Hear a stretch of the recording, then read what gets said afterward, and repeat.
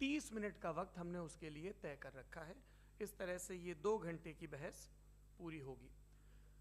2-3 बुनियादी बातें हैं जिनका हमें ध्यान रखना है। किसी भी किस्म की नारेबाजी में हमें शरीक नहीं होना है। ये हल्ला गुल्ला नहीं है, क्योंकि पूरी दुनिया देख रही है, तो एक नज़ीर कायम करनी है, एक उदाहरण लोगों के सामने रखना है कि पढ़े लिखे लोग इत्तेफाकी और नाइत्तेफाकी रखते हुए भी, एक दूसरे से सहमति और असहमति रखते हुए भी बात कह सकते हैं। यहाँ पर मेरे JNU के प्रोफेसर बैठे हैं, पुरुषोत्तम अग्रवाल जी, जिन्होंने हमें क्लास में सिखाया है कि सहमति का साहस और असहमति का विवेक, और इसका ठीक उलट भी, ये बड़ा ज़रूरी है। दूसरी बात, ये किसी एक धर्म के बारे में बहस नहीं है, ये बात सबको स्पष्ट होनी चाहिए। किसी धर्म को महान बताने या किसी धर्म को कमतर बताने की ये बहस नहीं है। तो यदि कोई इस उम्मीद से देख रहा है या यहाँ आया है, तो मैं आपको आश्वस्त करना चाहता हूं कि आपको नाउम्मीदी हाथ लगेगी। इस बहस में बहुत ज़्यादा धार्मिक प्रतीकों के इस्तेमाल को लेकर भी, ये दोनों लोग जो अभी आपको गंभीर दिख रहे हैं, भले लोग हैं, कल शाम को चाय पर मिले थे, बहुत हंसी मजाक भी इनके बीच हुआ था, और गलबैयाँ डालते हुए एक तस्वीर भी हुई थी। ये इस बात का प्रमाण है कि इंटरनेट पर जो हल्ला मचा हुआ है उसके मुकाबले ये दोनों लोग बहुत ही अच्छे शांत ढंग से बहस के लिए राजी हो गए हैं। ट्विटर की बातें ट्विटर तक सीमित, एलन मस्क आजकल उसको एक्स कहते हैं।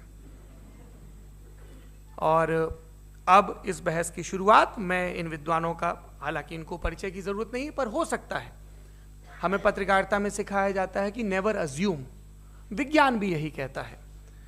मुफ्ती शमाइल नदवी साहब इस्लामिक विद्वान, शिक्षाविद हैं, कोलकाता के वाहियान फाउंडेशन के संस्थापक हैं, लखनऊ की प्रतिष्ठित दारुल उलूम नदवतुल उलमा से ग्रेजुएशन किया है, सोशल मीडिया और सार्वजनिक मंचों पर अध्यापन और बौद्धिक कामों में सक्रिय हैं, और इस समय इंटरनेशनल इस्लामिक यूनिवर्सिटी मलेशिया से PhD कर रहे हैं। अच्छी बात यह है कि पढ़ाई के साथ साथ ट्रैवल ब्लॉग भी बनाते हैं। पेट्रोनस टावर के सामने का ब्लॉग हमने देखा। हमारे साथ जावेद अख्तर साहब हैं। जावेद अख्तर साहब कवि हैं, शायर हैं, गद्य भी लिखते हैं, फिल्मों के लिए संवाद लिखे हैं, गीत लिखे हैं। इससे इतर ये वैज्ञानिक सोच को लेकर या अपने डिक्लेयर्ड एथिज्म को लेकर भी मुखर रहते हैं और अपने तहीं रैशनैलिटी की बात करते हैं। देवियों और सज्जनों, डज गॉड एग्जिस्ट? इस सवाल का जवाब सब अपने अपने तहीं खोजने की कोशिश कर रहे हैं। कोई इसको गॉड डैम पार्टिकल की खोज बताता है, कोई गॉड पार्टिकल की खोज बताता है, कोई हिग्स बोसान की खोज बताता है, कोई ये सवाल जवाब तलाशने की कोशिश करता है कि मास एग्जिस्टेंस में आखिर आया कैसे, हुआ क्या था, सृष्टि के पहले, समय के पहले क्या था। और कोई ये कहता है कि ये सारी खोजें जिस मस्तिष्क में हो रही हैं प्रकृति के क्रम में, वो कैसे विकसित हुआ। मैं उम्मीद करता हूं कि हम आज इन बुनियादी सवालों के कुछ जवाब हासिल करने में कामयाब हों। मैं सबसे पहले मंच पर आमंत्रित कर रहा हूं मुफ्ती शमाइल नदवी साहब को। आइए सर। जी,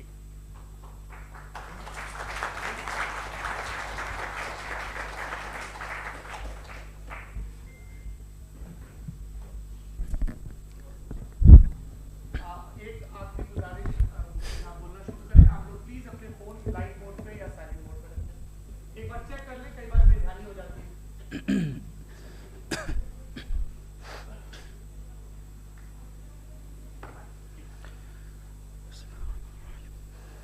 तमाम तारीफ़ें उस क्रिएटर के लिए जिसने इस यूनिवर्स को एक मकसद के तहत पैदा किया है। रिस्पेक्टेड जनाब जावेद अख्तर साहब, मिस्टर सौरभ द्विवेदी और respected audience, thank you all for being here today.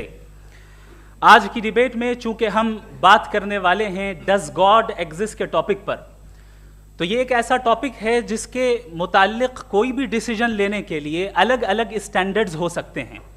लिहाजा डिबेट के शुरू में ये ज़रूरी है कि हम ये जान लें कि आज के इस टॉपिक में कौन सा स्टैंडर्ड सही होगा और कौन सा गलत होगा। सबसे पहला स्टैंडर्ड जिसे मैं समझता हूं कि हमारे रिस्पेक्टेड जनाब जावेद अख्तर साहब बड़ी तेज़ी के साथ उसकी तरफ लपकेंगे, वो है साइंस। जबकि साइंस दर हकीकत खुदा के एग्जिस्टेंस को डायरेक्टली साबित करने या उसके एग्जिस्टेंस को डिनाई करने के लिए स्टैंडर्ड नहीं बन सकती। और उसकी वजह क्या है ये मैं नहीं कह रहा, ये वो लोग कह रहे हैं जो साइंस के एक्सपर्ट्स हैं। नेशनल एकेडमी ऑफ साइंस कहती है science doesn't have the processes to prove और disprove the existence of God. Why? क्योंकि साइंस का ताल्लुक एम्पेरिकल एविडेंस से है, और एम्पेरिकल एविडेंसेस का ताल्लुक हमारे नेचुरल और फिजिकल वर्ल्ड से है, जबकि गॉड नॉन फिजिकल और सुपर नेचुरल रियलिटी है। लिहाजा नॉन फिजिकल रियलिटी को आप उस टूल के साथ नहीं चेक कर सकते जिसका काम फिजिकल रियलिटी को तलाश करना है। लिहाजा आज इस डिबेट में गॉड की एग्जिस्टेंस को साबित करने या उसे डिनाई करने में साइंटिफिक एविडेंस को एक्सेप्ट नहीं किया जाएगा। दूसरा स्टैंडर्ड हो सकता है रेविलेशन, कि रेविलेशन के जरिए हम यह साबित करें कि गॉड एग्जिस्ट करता है या नहीं। लेकिन यह स्टैंडर्ड भी आज इररेलेवेंट है। क्यों? क्योंकि रेविलेशन मेरे नजदीक सोर्स ऑफ नॉलेज है, वैलिड सोर्स ऑफ नॉलेज है, लेकिन हमारे जावेद अख्तर साहब के नजदीक ये वैलिड सोर्स ऑफ नॉलेज नहीं है। लिहाजा आज की डिबेट में मैं एक भी एविडेंस किसी भी मजहबी स्क्रिप्चर से नहीं दूंगा, ताकि जावेद अख्तर साहब के लिए वो अनएक्सेप्टेबल ना हो। तीसरा जो मेयार हो सकता है वो है ऑब्जर्वेशन, कि भाई कोई कहे कि हमें खुदा दिखाओ, अगर है तो दिखाओ, या ये कि खुदा के एग्जिस्टेंस पर एम्पेरिकल एविडेंस दो। तो ये है दर हकीकत गलत टूल का इस्तेमाल करना। ये ऐसा ही है कि जावेद साहब मुझसे ये मुतालबा करें कि मुफ्ती साहब आप मेटल डिटेक्टर के जरिए प्लास्टिक डिटेक्ट करके दिखाएं। अब चूंकि प्लास्टिक डिटेक्ट नहीं हो पा रही है, लिहाजा plastic does not exist. No, you are using the wrong tool. इस टूल से प्लास्टिक को डिटेक्ट नहीं किया जाता। लिहाजा मैं समझता हूं कि गॉड के एग्जिस्टेंस पर एम्पेरिकल एविडेंस का मुतालबा करना एक बचकाना मुतालबा है, और हमारे रिस्पेक्टेड जनाब जावेद अख्तर साहब इस स्टेज से अब बहुत आगे निकल चुके हैं। अब बचता है एक ही स्टैंडर्ड, और वो स्टैंडर्ड है अक्ल, लॉजिक, रीजनिंग। और यही वो स्टैंडर्ड है जिसके तहत गॉड की एग्जिस्टेंस को साबित किया जाएगा या गॉड की एग्जिस्टेंस को डिनाई किया जाएगा। लेकिन चूंकि ये बहुत इंपॉर्टेंट और सेंसिटिव टॉपिक है, इसलिए लॉजिकल आर्ग्यूमेंट भी ऐसा होना चाहिए जो डेफिनेटिव हो, इनडेफिनेटिव ना हो, जो 2 और 2 4 की तरह बिल्कुल वाजे हो, जिसे लॉजिकली रिजेक्ट करना पॉसिबल नहीं हो। फॉर एग्जाम्पल हम कहें हमारे रिस्पेक्टेड मिस्टर सौरभ साहब, ये एक इंसान है और तमाम इंसान कॉन्शियस बीइंग है। लिहाजा नतीजा क्या निकला? हमारे सौरभ साहब भी कॉन्शियस बीइंग है। क्या ये इनडेफिनेट आर्ग्यूमेंट है या डेफिनेट आर्ग्यूमेंट है? ये डेफिनेट आर्ग्यूमेंट है। ये 2 और 2 की तरह वाजे है, इसमें किसी तरह जो है लॉजिकली इसको रिजेक्ट नहीं किया जा सकता। तो अगर आज हमारे जावेद अख्तर साहब ऐसी कोई अकली दलील और लॉजिकल एविडेंस दें खुदा के ना होने पर जो डेफिनेट भी हो, तो मैं ये ऐलान करता हूं कि यकीनन मैं उस एविडेंस को कबूल करूंगा और उस पर गौर करूंगा। लेकिन साथ में यह भी ऐलान कर देता हूं प्रेडिक्शन के तौर पर कि ऐसा कोई डेफिनेट आर्ग्यूमेंट कोई नहीं पेश कर सकता। दलील हम देंगे और डेफिनेटिव दलील देंगे, लॉजिकल दलील देंगे, ऐसी दलील देंगे जो एंटायर एथिस्टिक वर्ल्ड उसे रेफ्यूट नहीं कर सकती। चलें अब हम एक एग्जाम्पल सोचते हैं, एक सिनेरियो, सिंपल सिनेरियो, तमाम ऑडियंस से गुजारिश है, हम और आप एक आइसोलेटेड आइलैंड पर हैं, ऐसा आइलैंड जहां पे हमसे पहले कोई कभी नहीं गया। चलते चलते आपके सामने अचानक आपने देखा एक पिंक कलर की बॉल पड़ी हुई है। सबसे पहला सवाल आपके जहन में क्या आएगा कि ये बॉल यहां क्यों आई, कैसे आई, ये पिंक कलर की ही क्यों है, कोई और कलर भी हो सकता था, ये इसी शेप में क्यों है, कोई और शेप भी हो सकता था। नेचुरली आप इस तरफ पहुंचेंगे कि कोई ना कोई है जिसने इन स्पेसिफिक प्रॉपर्टीज के साथ इस बॉल को बनाया है और यहां पे रखा है। चूंकि आप जानते हैं कि ये जो बॉल है इसका एग्जिस्ट करना जरूरी नहीं है, ये एग्जिस्ट कर भी सकती थी, नहीं भी कर सकती थी, और एग्जिस्ट करना ही था तो किसी और फॉर्म में करती, किसी और कलर में करती। अब आप इस बॉल को एक्सपैंड करते चले जाएं, एक्सपैंड करते चले जाएं, एक्सपैंड करते चले जाएं, यहां तक कि ये बॉल यूनिवर्स के साइज की हो जाए। बताइए कि क्या साइज के बढ़ जाने से सवाल बदल जाएगा? हरगिज नहीं बदलेगा। अभी भी सवाल रहेगा ये यूनिवर्स कहां से आया, इन स्पेसिफिक प्रॉपर्टीज के साथ कहां से आया, क्यों आया, किसने बनाया, यह सवाल उस वक्त भी वैलिड रहेगा। लेकिन यह सवाल अगर हम जनाब जावेद अख्तर साहब से करें तो चूंकि इनका वर्ल्ड व्यू एथिस्टिक है, और सिर्फ इनका नहीं, मतलब जितने भी एथिस्ट हैं और एथिस्टिक वर्ल्ड व्यू को रखने वाले से अगर आप ये सवाल करें कि ये यूनिवर्स कहां से आया, तो इनका जवाब या तो आर्ग्यूमेंट फ्रॉम इग्नोरेंस होगा या डॉगमेटिक होगा। या तो ये कहेंगे कि मुझे नहीं पता कि ये कहां से आया, लिहाजा गॉड डज नॉट एग्जिस्ट, ये आर्ग्यूमेंट फ्रॉम इग्नोरेंस है, या ये कहेंगे कि ये यूनिवर्स खुद ब खुद बन गया। इसका मतलब ये है कि उस बॉल को भी खुद ब खुद बन जाना चाहिए, लेकिन बॉल के ताल्लुक से ये एक्सप्लेनेशन एक्सेप्ट नहीं की जाएगी कि ये खुद ब खुद बन गई, लेकिन यूनिवर्स के ताल्लुक से कर दिया जाएगा। इसे हम दूसरे अल्फाज में डॉगमा भी कह सकते हैं। दूसरी चीज, हमारे जावेद अख्तर साहब जरूर गॉड ऑफ गैप्स की मिसाल भी जरूर देंगे, और मिसाल देंगे कि पहले ज़माने में बिजलियां कड़कती थी तो लोगों ने किसी एक खुदा की तरफ, और बारिश होती थी तो दूसरे खुदा की तरफ मंसूब कर दिया, उनके पास दलील नहीं थी। यह हमारा वर्ल्ड व्यू है ही नहीं, यह हमारा वर्ल्ड व्यू है ही नहीं, क्योंकि नेचुरल फिनोमेना के प्रोसेस की इंटरप्रिटेशन को जान लेने से यह कहां से साबित हो गया कि गॉड एग्जिस्ट नहीं करता है। इस पर मैं इंशाअल्लाह अभी आगे बात करूंगा। आप हजरात ये भी देखेंगे, और मैं ये एक्सपेक्ट करता हूं कि हमारे रिस्पेक्टेड जनाब जावेद अख्तर साहब जरूर इमोशनल आर्ग्यूमेंट्स भी देंगे, जो कि एक लॉजिकल फेलेसी है जब बात आती है ट्रुथ को डिसाइड करने में। क्यों? मिसाल के तौर पर वो कहेंगे कि अगर गॉड है तो ईविल क्यों एग्जिस्ट करता है, जबकि मैं कहता हूं ईविल का एग्जिस्ट करना गॉड के एग्जिस्ट करने की दलील है, उसके खिलाफ नहीं है। चूंकि अगर गॉड है तो हम सब उसके सामने अकाउंटेबल हैं, और अगर हम अकाउंटेबल हैं तो अकाउंटेबिलिटी के लिए ईविल का मौजूद होना जरूरी है, उसके बगैर हम अकाउंटेबल नहीं हो सकते। और अगर हम अकाउंटेबल नहीं हैं तो हम जनाब जावेद अख्तर साहब से पूछेंगे कि आप बताएं कि फिर सफरिंग इस दुनिया में क्यों है? अगर खुदा नहीं है तो सफरिंग क्यों है? और उन लोगों के जज्बे का क्या जिनके अंदर सफरिंग के बाद इंतकाम लेने का जज्बा पाया जाता है और वो इस दुनिया से ऐसे ही चले गए, क्या उनकी सारी तकलीफें बेकार चली जाएंगी?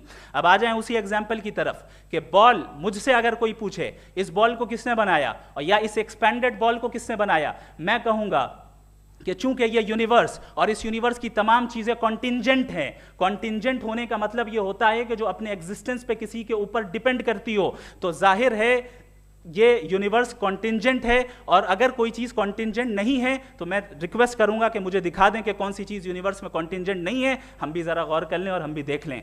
और जब कॉन्टिंजेंट चीजें मौजूद हैं तो फिलोसोफर्स की इस्तिलाह के मुताबिक, हम उस टर्मिनोलॉजी के मुताबिक हम उस जगह तक पहुंचते हैं और उस हस्ती तक पहुंचते हैं जिसे नेसेसरी बीइंग कहा जाता है, कि ये वो नेसेसरी बीइंग है जिसका मौजूद ना होना नामुमकिन हो। क्योंकि अगर ये मौजूद ना हो तो सारी चीजें एग्जिस्टेंस में आएंगी ही नहीं, और ये सारी कॉन्टिंजेंट चीजें उसी के ऊपर डिपेंड करती हैं। अब अगर आप ये सवाल करते हैं कि फिर उस हस्ती को किसने बनाया, फिर उसका कॉज क्या है, फिर उसका कॉज क्या है, फिर उसका कॉज क्या है, और एंडलेसली चले जाएं, इसे हम कहते हैं इन्फिनिट रिग्रेस ऑफ कॉजेस, जो कि लॉजिकल फेलेसी है। कॉन्सेप्चुअली इन्फिनिटी पॉसिबल है। मिसाल के तौर पे न्यूमेरिकल्स 1 2 3 गिनते चले जाएं, इन्फिनिट नंबर्स हैं। मैं कॉन्सेप्चुअली बात नहीं कर रहा, प्रैक्टिकली रियलिटी में साबित करके दिखाएं कि infinite regress of causes possible हैं या नहीं। अगर पॉसिबल हैं तो हम मान लेंगे, मिसाल दे दें, और पॉसिबल नहीं है तो एक ही ऑप्शन बचता है जिसे हम कहते हैं नेसेसरी बीइंग। ऐसी नेसेसरी बीइंग जो इंडिपेंडेंट है, क्योंकि अगर वो डिपेंडेंट हुई तो वो नेसेसरी नहीं रहेगी। ऐसी इंडिपेंडेंट बीइंग जो इटर्नल है, अगर वो इटर्नल नहीं होगी, उसकी बिगिनिंग होगी तो वो खुद कॉन्टिंजेंट है। ऐसी बीइंग जो पावरफुल है, क्योंकि कॉन्टिंजेंट को एक्चुअलाइज करने के लिए पावर चाहिए। ऐसी बीइंग जो इंटेलिजेंट है और नॉलेजेबल है, क्योंकि ये यूनिवर्स स्पेसिफिक फॉर्म और स्पेसिफिक लॉज ऑफ नेचर के तहत प्रिसाइजली चल रहा है। Thank you. थैंक यू मुफ्ती साहब। मैं इन दलीलों के बाद जावेद अख्तर साहब से गुजारिश करूंगा, आप बैठ के बोलना चाहेंगे या बाहर? जी।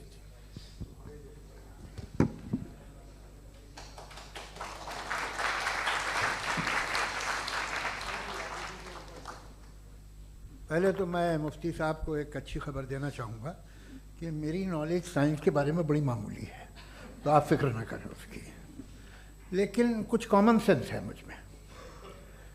देखिए, ये खुदा का तस्वुर कोई नया तस्वुर नहीं है, ये सदियों से रहा है। ये कुछ रिलीजन 3000 साल पुराने होंगे, 4000 साल पुराने होंगे, लेकिन इंसान कोई 10,000 12,000 साल से एग्जिस्ट करता है होमोसेपियन की शक्ल में, और हमेशा कुछ ना कुछ मज़हब रहे। ये मज़हब जाहिलों के नहीं थे, ये मज़हब एक ऐसी ग्रीक सोसाइटी के थे जहाँ बड़े बड़े फिलोसफर्स पैदा हुए। ये मज़हब इजिप्शियंस के थे जिन्होंने पिरामिड्स बनाए थे, ये रोमन्स के थे कि जिनका आर्किटेक्चर और सेनेट यानी पहली बुनियाद डेमोक्रेसी की लिमिटेड थी मगर डेमोक्रेसी थी, ये उन लोगों ने किए थे। तो इनका जो जुपिटर था, रा था, ज़्यूस था, उन्हें उस पर इतना ही एतमाद था जितना आज किसी मजहबी आदमी को अपने खुदा पे होगा। क्रिश्चियनिटी आने से पहले यूरोप में एक मज़हब था जर्मेनिक रिलीजन, उसका एक खुदा था, उसकी एक बीवी थी, उसके 2 बेटे थे, एक बेटी थी। फिर जर्मनी में जब यूरोप में क्रिश्चियनिटी आई तो वो खुदा, उसकी बीवी और पूरे ख़ानदान चला गया। तो हमने अगर हम हिस्ट्री देखें तो खुदा जो हैं वो ज़्यादातर फ़ानी है, वो हमेशा रहे नहीं। और वो जो लोग इन्हें मानते थे उनको आप कहें वो तो जाहिल थे, उन्हें तो कुछ पता ही नहीं था, ऐसा नहीं है। वो अपने वक्त में बड़े काबिल लोग थे और अपने वक्त में उन्होंने बड़े बड़े काम किए हैं, फिलोसफर्स थे, साइंटिस्ट थे, लेकिन उनका मज़हब कहाँ गया, उनके खुदा कहाँ गए? आज जो खुदा हैं दुनिया में लोग उन्हें मानते हैं। आपको क्या मालूम कि कितने बरसों के बाद क्या होने वाला है? हम यूरोप में देखते हैं तो चर्च खाली हैं। तो वक्त के साथ चीज़ें बदलती हैं। जहाँ तक इसका ताल्लुक़ है मज़हबों का, हर मज़हब आपसे एक चीज़ मांगता है, फेथ। ये फेथ क्या चीज़ होती है? What is the difference between faith and belief? ये तो बहुत ही अहमकाना बात होगी कि कोई आदमी कहे साहब अगर खुदा है तो मुझे दिखाइए। ये तो जाहिलाना बात हुई। मैंने तो नॉर्थ पोल नहीं देखा है मगर मैं मानता हूँ कि नॉर्थ पोल है। मैं क्यों मानता हूँ? इसलिए कि अगर ये दुनिया राउंड है तो उसका कोई टॉप होगा। कुछ लोग हैं जो वहाँ गए भी हैं, कॉमन सेंस कहता है कि ऐसा होगा, सबूत है, गवाह है, रीज़न है। तो ये मेरा फेथ नहीं है। तो फेथ में और बिलीफ में डिफरेंस क्या है? जो मज़हब मांगता है आपसे, हर मज़हब फेथ मांगता है। फेथ का मतलब ये है कि ना कोई गवाह हो, ना कोई सबूत हो, ना कोई रैशनल हो, ना कोई लॉजिक हो, ना कोई प्रूफ हो, मगर तुम एक बात को मानो। ये है फेथ। वरना बिलीफ होता। अगर इसमें कुछ भी सबूत होते, गवाह होते, तो फिर इसे आप बिलीफ कहते। जैसे मेरा बिलीफ है कि नॉर्थ पोल है, मेरा फेथ थोड़ी है। फेथ इन तमाम शर्तों को रद्द करता है। तो फिर स्टुपिडिटी क्या है? अगर मैं एक बात ऐसी मानूं जिसकी ना कोई लॉजिक है, ना कोई रैशनल है, ना कोई प्रूफ है, ना कोई गवाह है, ना कोई सबूत है, और मैं उसे मानूं, तो ये स्टुपिडिटी हुई। इसे ही भाई कल को मैं यकीन कर लूं कि एलॉन मस्क जो है मेरा भाई है तो मुझे इंतहाई खुशी होगी, सुकून भी बहुत मिलेगा मुझे। लेकिन और कहे भाई क्यों मानते हो, क्या सबूत है? भाई वो तो अमेरिकन है और तुम तो इंडियन हो, वो तो नस्ल अलग है, तुम्हें कभी मिले भी नहीं। साहब देखिए मेरा फेथ है, इस पर बात न किया। फेथ का मतलब ही यह है कि आप प्रूव नहीं कर सकते। अगर आप प्रूव कर सकते हो तो फेथ की ज़रूरत ही नहीं, फिर तो आप बात करेंगे, आप कितनी बहस कर लीजिए। अल्टीमेटली दुनिया का हर मज़हब फेथ पे टिका है, और फेथ का मतलब है एक ऐसा यकीन जिसका कोई सबूत, कोई गवाह, कोई रैशनल नहीं। अब आप ये कहें, क्या आप ये क्यों कह रहे हैं कि साहब ये कायनात किसने बनाई? कमाल ये है कि आपने बताया कि एक आइलैंड पे गए और एक बॉल देखी। आपने ये नहीं कहा कि आइलैंड किसने बनाया, आपको सिर्फ बॉल पे हैरत हुई। हमने आइलैंड पे हमने हैरत नहीं की, होते हैं आइलैंड। इसी तरह ये आइलैंड है, सितारे, ये गैलेक्सीज, ये सब आइलैंड हैं, खला में। हम उन्हें टेकन फॉर ग्रांटेड लेते हैं, हम पूछते नहीं किसने बनाए। आपने जजीरे के बारे में भी नहीं पूछा है। मेरी पैदाइश कैसे हुई? क्या मैं प्लान्ड पैदा हुआ था?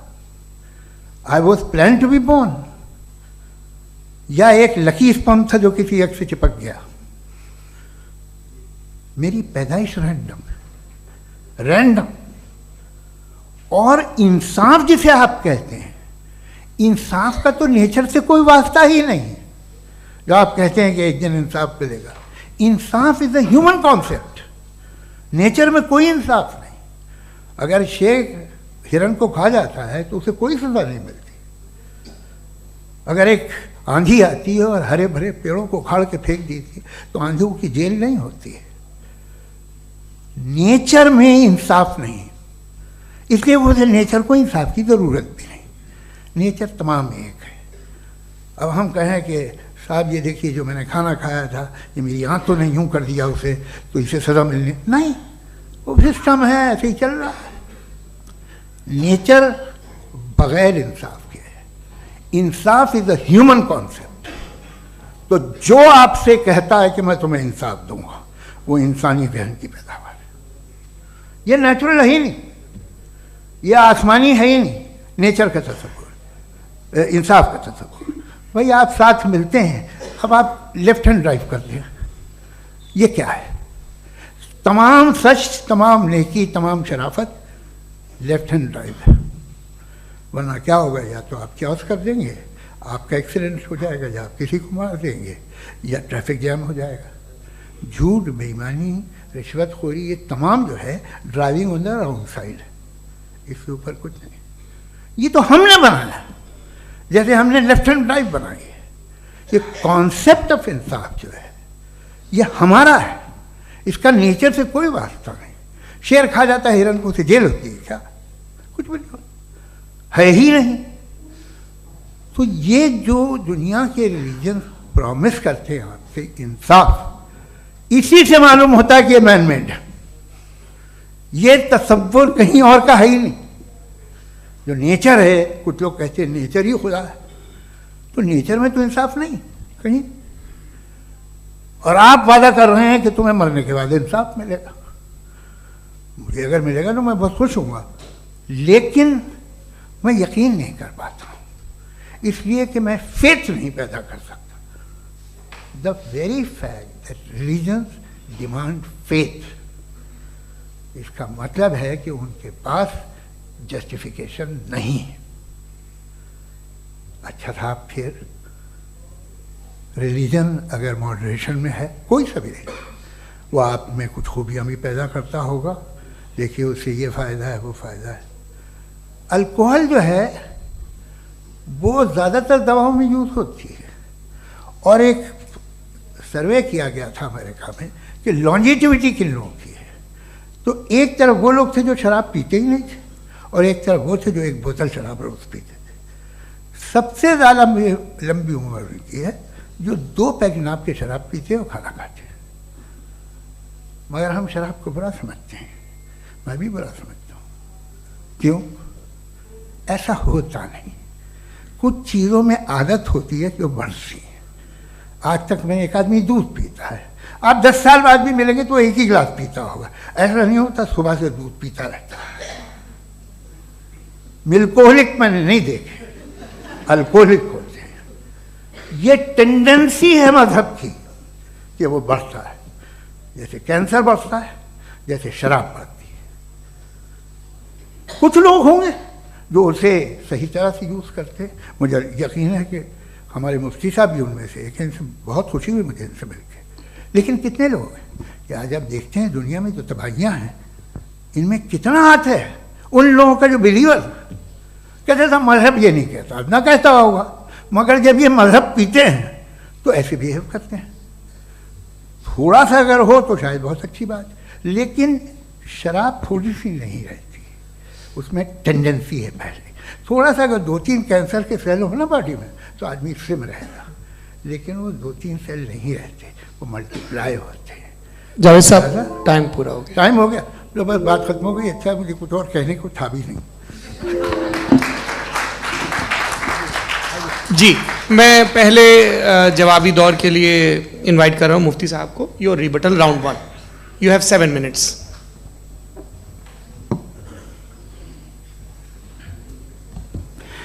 Thank you very much Javed साहब। आपकी बात को सुनकर बड़े महजूज हुए हम लोग। महजूज, do you understand? We enjoyed. Okay, अब थोड़ा सा लॉजिकली उसको हम लोग देखते हैं। दरअसल हम लोगों ने कल गुजारिश की थी मुफ्ती साहब से भी, जावेद साहब से भी, कि हिंदुस्तानी ज़बान आम फहम सबको समझ में आ जाए और जहाँ कहीं आप मुश्किल शब्द इस्तेमाल करें वहाँ बताते भी चलें। Thank you. तो सबसे पहले हमारे रिस्पेक्टेड जावेद साहब ने हवाला दिया कि खुदा फ़ानी है, कितने मजहब आगे चले गए, किसी ने जुपिटर को खुदा माना, किसी ने किसी को माना। मैं कहता हूँ जिसने कॉन्टिंजेंट चीज़ को खुदा माना, गलत माना, वो खुदा ही नहीं, वो खुदा ही नहीं है।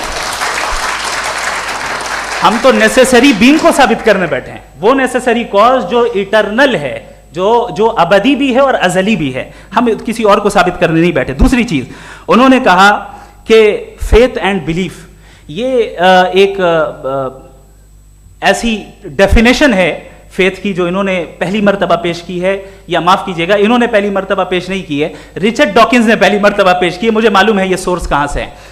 एपिस्टेमोलॉजिकली फेथ और बिलीफ का फर्क आप इस तरह नहीं कर सकते सर। फेथ सही भी होता है, गलत भी होता है, बिलीफ सही भी होता है, गलत भी होता है। जो लॉजिक, रीजन और एविडेंस से बैक्ड होगा वो फेथ सही होगा। और आप जिस फेथ की बात कर रहे हैं कि इलॉजिकल है और उसके पीछे नहीं है, तो we are on the same page. हम नहीं मानते उस फेथ को, जो फेथ ऐसा हो जिसके पीछे कोई लॉजिक ना हो, एविडेंस ना हो, हम नहीं मानते। हम तो उस फेथ के कायल हैं जिसके पीछे लॉजिक हो और एविडेंस हो। तो बिलीफ सही भी होता है, गलत भी होता है, फेथ भी सही होता है और गलत भी होता है। तो आज फेथ और बिलीफ के डिफरेंस पे बात नहीं हो रही है। आज आप चाहे फेथ एक्सेप्ट कर लें या बिलीफ एक्सेप्ट कर लें, आज ये बात होगी कि ट्रूथ क्या है, चाहे ट्रू बिलीफ सही है या ट्रू फेथ सही है, और फॉल्स फेथ क्या है और फॉल्स बिलीफ क्या है, बात इस पे हो रही। दूसरी चीज इन्होंने पूछा स्टुपिडिटी फिर क्या है। अगर फेथ रिलीजन स्टुपिडिटी नहीं है तो और क्या है? चूंकि फेथ का मुतालबा करते हैं तो स्टुपिडिटी क्या है? मैं कहता हूं स्टुपिडिटी एथिज्म है। उसकी वजह यह है कि आप एक सड़क पे जा रहे हो और आप किसी गार्डन में जाएं और देखें वहां लिखा है फूलों के साथ I love Javed Akhtar, and I really do, I love you sir. So जब आप वहां पर पहुंचे तो वहां पहुंचकर अब ये बताएं, क्या आप ये कहेंगे wow what a natural selection? ये क्या नेचुरल सिलेक्शन है? नहीं, ये प्रिसाइजली डिजाइंड है, इसके पीछे डिजाइनर है। लिहाजा अगर कोई एक ऐसी कॉमन सेंस की बात को कबूल नहीं कर रहा है कि यूनिवर्स जो इतने प्रिसाइजली काम कर रहा है, हम कह दें कि खुद ब खुद बन गई, मैं समझता हूं इससे बड़ी स्टुपिडिटी और कुछ नहीं है। ये रैशनल चीज है। फिर हमारे सर ने कहा कि आपने बॉल पे फोकस किया, आइलैंड पे फोकस नहीं किया। अरे आइलैंड को किसने बनाया यही समझाने के लिए तो बॉल की मिसाल दे रहा हूं। और बॉल भी कॉन्टिंजेंट है, आइलैंड भी कॉन्टिंजेंट है, दोनों नेसेसरी बीइंग का मुतालबा करते हैं। आगे इन्होंने कहा कि नेचर में कोई इंसाफ नहीं है। हम डिसाइड करते हैं कि मोरालिटी क्या होती है, इंसाफ क्या होता है। हम डिसाइड करते हैं, जैसे ड्राइविंग सीट में ट्रैफिक वाला, ये तो किसी खुदा ने नहीं कहा, ये है, इसे कहते हैं फॉल्स इक्विवेलेंस। ये एक लॉजिकल फेलेसी है। आपने जो है मिसाल दी ड्राइविंग की और ट्रैफिक की, ये सब्जेक्टिव मोरालिटी है। आप सब्जेक्टिव मोरालिटी को मिसाल बनाकर ऑब्जेक्टिव मोरालिटी के ऊपर नहीं थोप सकते। इंसाफ की ऑब्जेक्टिव मोरालिटी। अगर आप ये कहते हैं कि नेचर में इंसाफ नहीं है तो इंसाफ का न होना ये नेचुरल हुआ, तो फिर नेचर को नेचर रहने दे, क्यों हम इतना स्ट्राइव कर रहे हैं दुनिया में इंसाफ लाने के लिए? ये तो इलॉजिकल बात है, इरैशनल बात है। इसलिए बहुत सी चीजें ऐसी हैं जो ऑब्जेक्टिवली जो है इविल या गुड हैं, और बहुत सी चीजें ऐसी हैं जो सब्जेक्टिवली हैं। सब्जेक्टिवली जो मोरल होता है या इमोरल होता है उसको हम सोशल कंसेंसस से या पर्सनल प्रेफरेंस से डिसाइड करते हैं। लेकिन जो ऑब्जेक्टिव मोरालिटी है, जिसमें इंसाफ आया, जो इन्होंने बार बार रिपीट किया, ये ऑब्जेक्टिव है, सब्जेक्टिव नहीं है। अगर आप कहते हैं ये सब्जेक्टिव है तो मेरा सवाल आपसे ये है, क्या सोशल कंसेंसस के जरिए अगर जुल्म को सही करार दे दिया जाएगा तो आप जुल्म को जस्टिफाई करेंगे? दूसरी चीज इन्होंने ये कहा कि 2 पैक शराब पी लें तो वो उतने पे नहीं रहता, बढ़ जाता है। यही मामला मजहब के साथ है। 2 पैक आप पी लें बढ़ेगा। तो ये एक ऐसी मिसाल है, इसको कहीं भी फिट कर लें कि आप एथिज्म पे जब फिट करें, जब आप 2 पैक एथिज्म का लेंगे ना तो वो बढ़ बढ़ के नॉर्थ कोरिया बनेगा। Thank you.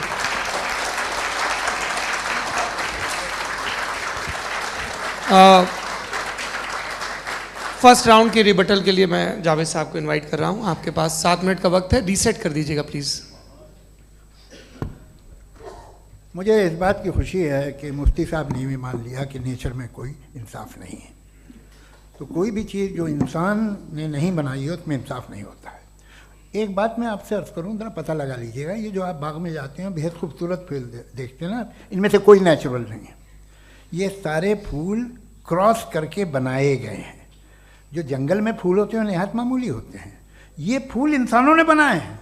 जो आप बाग में देख के वाह वाह कहते हैं, ये इंसानों के बनाए हुए हैं। डिफरेंट फूलों को क्रॉस करके, डेवलप करके, फिर क्रॉस करके इस तरह से बनाए गए। नेचुरल फ्लावर नहीं। किसी जंगल वीरान में जाके आप गुलाब के फूल नहीं देखेंगे। ये सब बनाए हुए इंसान ने, बहुत से काम इंसान ने किए हैं।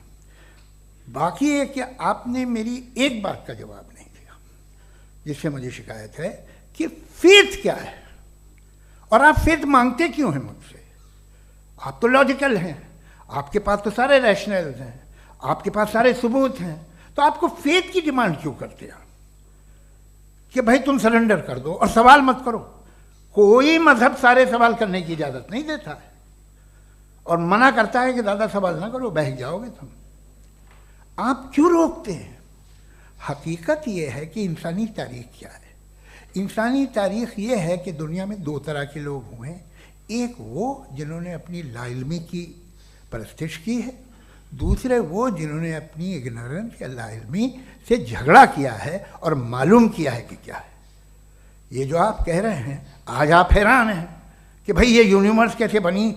लोग हैरान थे कि सूरज डूबता है तो इधर से कैसे निकलता है। और आप एक कदम जाके हमेशा का मानने को तैयार है, एक कदम पीछे ही मान जाइए। भाई आप इसके बाद जाते हो, कहते सवाल ना करना कि ये कहाँ से आया, ये पावर तो हमेशा से हमेशा रहेगी। तो आप यूनिवर्स के बारे में मानने में क्या तकलीफ है? एक कदम पहले रुक जाइए। ये हमेशा से थी या नहीं थी हमें मालूम नहीं है। और ये कहना कि हमें मालूम नहीं है, कमाल ये है कि दुनिया के सारे मजहब सब जानते हैं ये दुनिया कैसे बनी थी, कैसे मिटेगी, मरने के बाद क्या होगा, इनको सब इल्म है।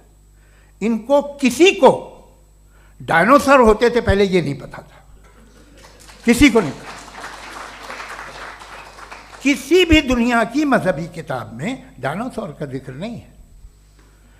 लेकिन बाकी सब बातें, how to make universe in 4 easy lessons and बाकी सब पता है। जिसको सब पता है वो गड़बड़ है। हम में ये इंकिसार, ये ह्यूमिलिटी होनी चाहिए कि हम ये कहें कि हमें ये बहुत सारी बातें नहीं मालूम, लेकिन हम उनकी परस्तिश ना करें, अपनी लाइल्मी को की परस्तिश ना करें, हम उसे पता लगाने की कोशिश करें। जिस दुनिया में आप बैठे हैं सर, ये हॉल जो है, ये इलेक्ट्रिसिटी जो है, ये माइक जो है, जिस हवाई जहाज से आप आए थे, वो जिस कार से आप यहाँ आए हैं, ये सब उन लोगों की बनाई हुई है जिन्होंने सवाल किए थे। ये दुनिया जिसमें आप आज आराम से हैं, ये उन लोगों की बनाई है कि जिन्होंने सवाल किए थे। और हर स्टेज पे इन सवालों को मकरूह कहा गया था, गलत कहा गया था। आप ज़रा तारीख पढ़िए, एक बड़ी दिलचस्प किताब है बर्ट्रैंड रसेल की, जिसमें उसने रिलीजन एंड साइंस कि कब से रिलीजन जो है साइंस के अगेंस्ट है। और हद तो ये है कि भाप के इंजन के खिलाफ थे, स्टीम इंजन के भी खिलाफ थे, और फतवे हुए उन पर, वेटिकन ने दिए। तो ये हमेशा, अभी जैसे ही ये राइट विंगर आते हैं अमेरिका में पावर में, तो वो जो अपना ये क्या बोलते हैं उसे, सीड क्या वर्ड है, सीड क्या जो, हाँ नहीं सीड जो होते हैं जिन पे जी नहीं भाई, वो जो ह्यूमन बॉडी के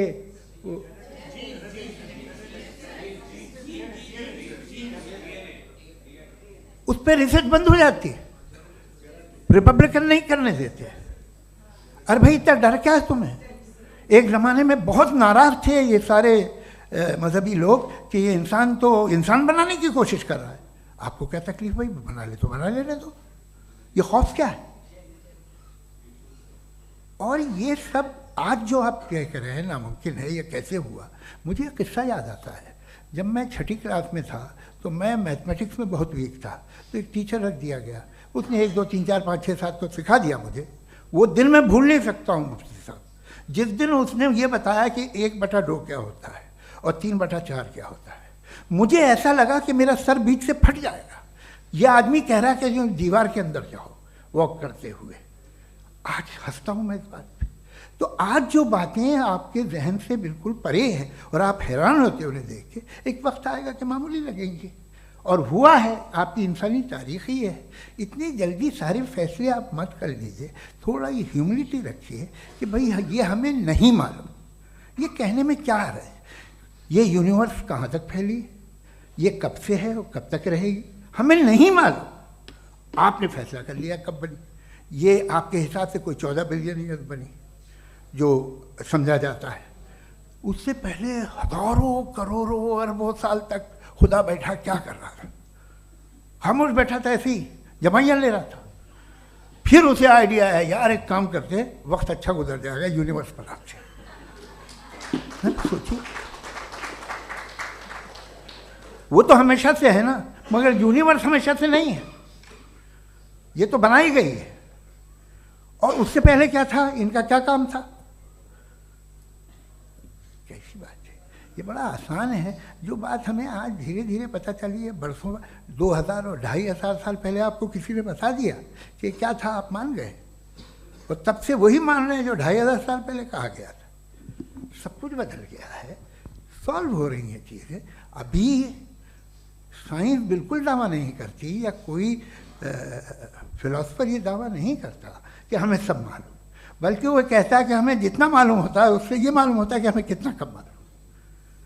तो हम अपनी जहालत से लड़े, उसकी परस्तिश न करें। जी, टाइम है। Thank you so much. मैं तर्कों की श्रृंखला में राउंड 2 के लिए मुफ्ती साहब को आमंत्रित कर रहा हूँ। आपके पास एक बार फिर से 7 मिनट का वक्त है।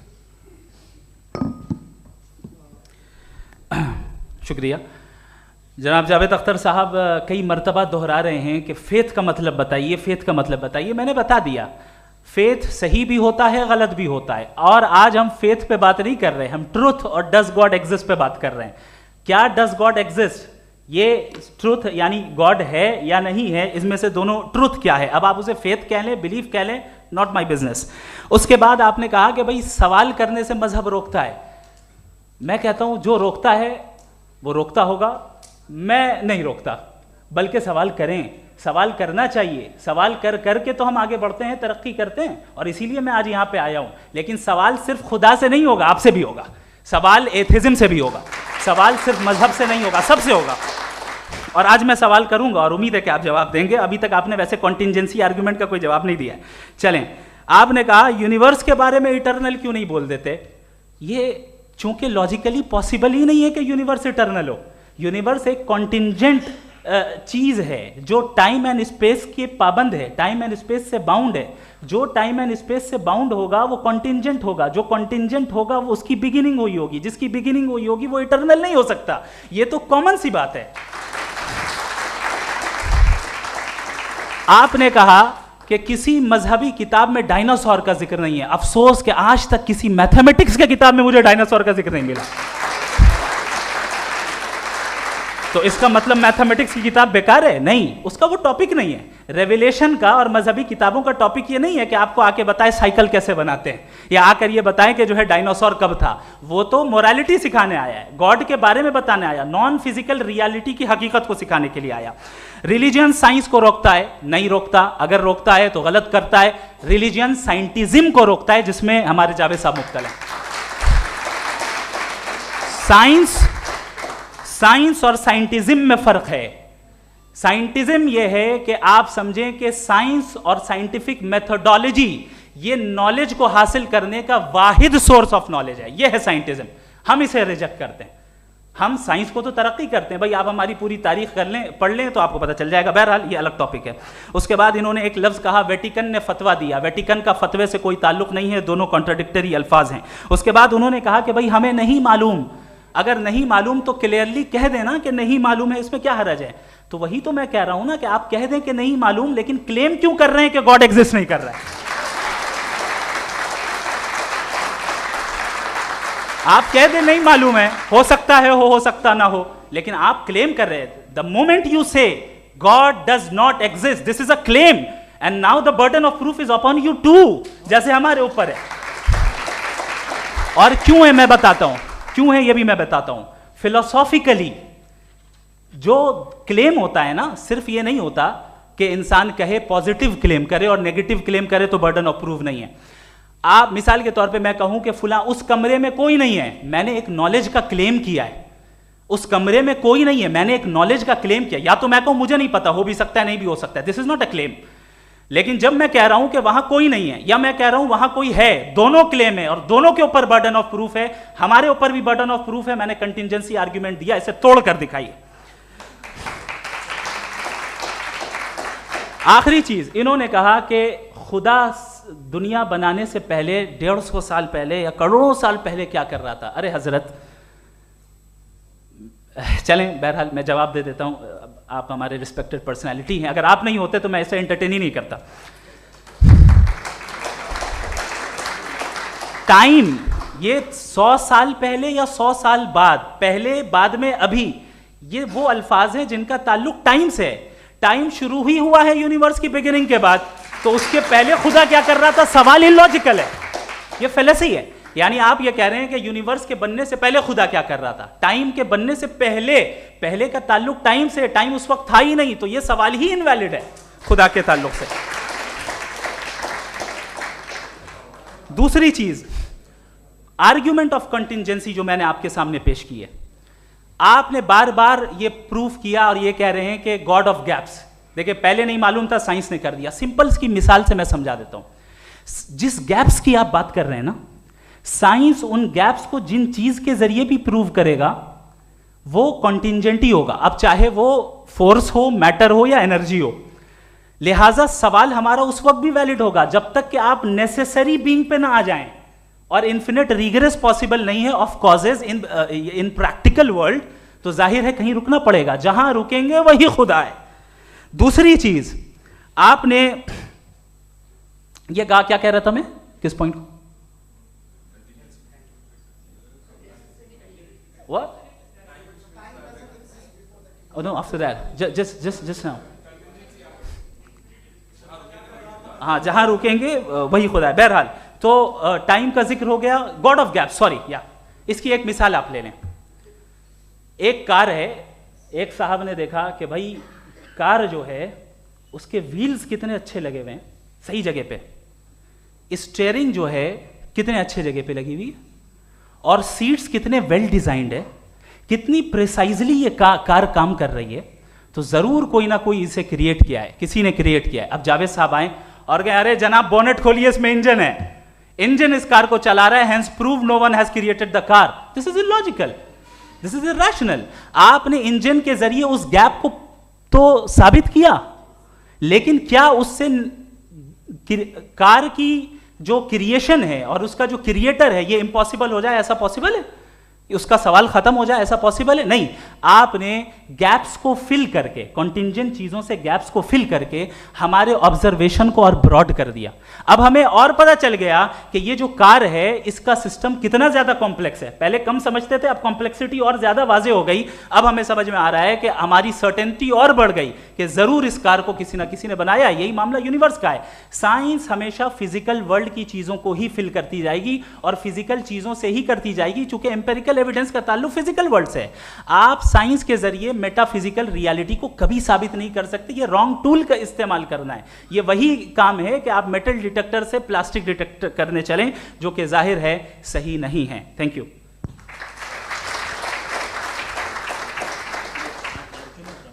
जी, ये आर्ग्यूमेंट का राउंड 2 है। हाँ। 7 मिनट है। पहले तो मैं आपसे अर्ज करूं कि आपने कहा कि जब कायनात ही नहीं थी तो वक्त भी नहीं था, कुछ भी नहीं था। कैसे नहीं था? खुदा था। एक एग्जिस्टेंस तो था ना खुदा का। तो जब खुदा था तो वक्त भी होगा। ऐसा नहीं है कि कुछ भी नहीं था, खुदा था। अच्छा, बाकी ये कि आपने कहा साहब आप साबित कीजिए, आपके पास भी लॉजिक है, मेरे पास भी लॉजिक है। आप मेरा जिम्मेदारी नहीं है साबित करना कि खुदा है। बर्टन रसल ने बड़ी अच्छी बात कही।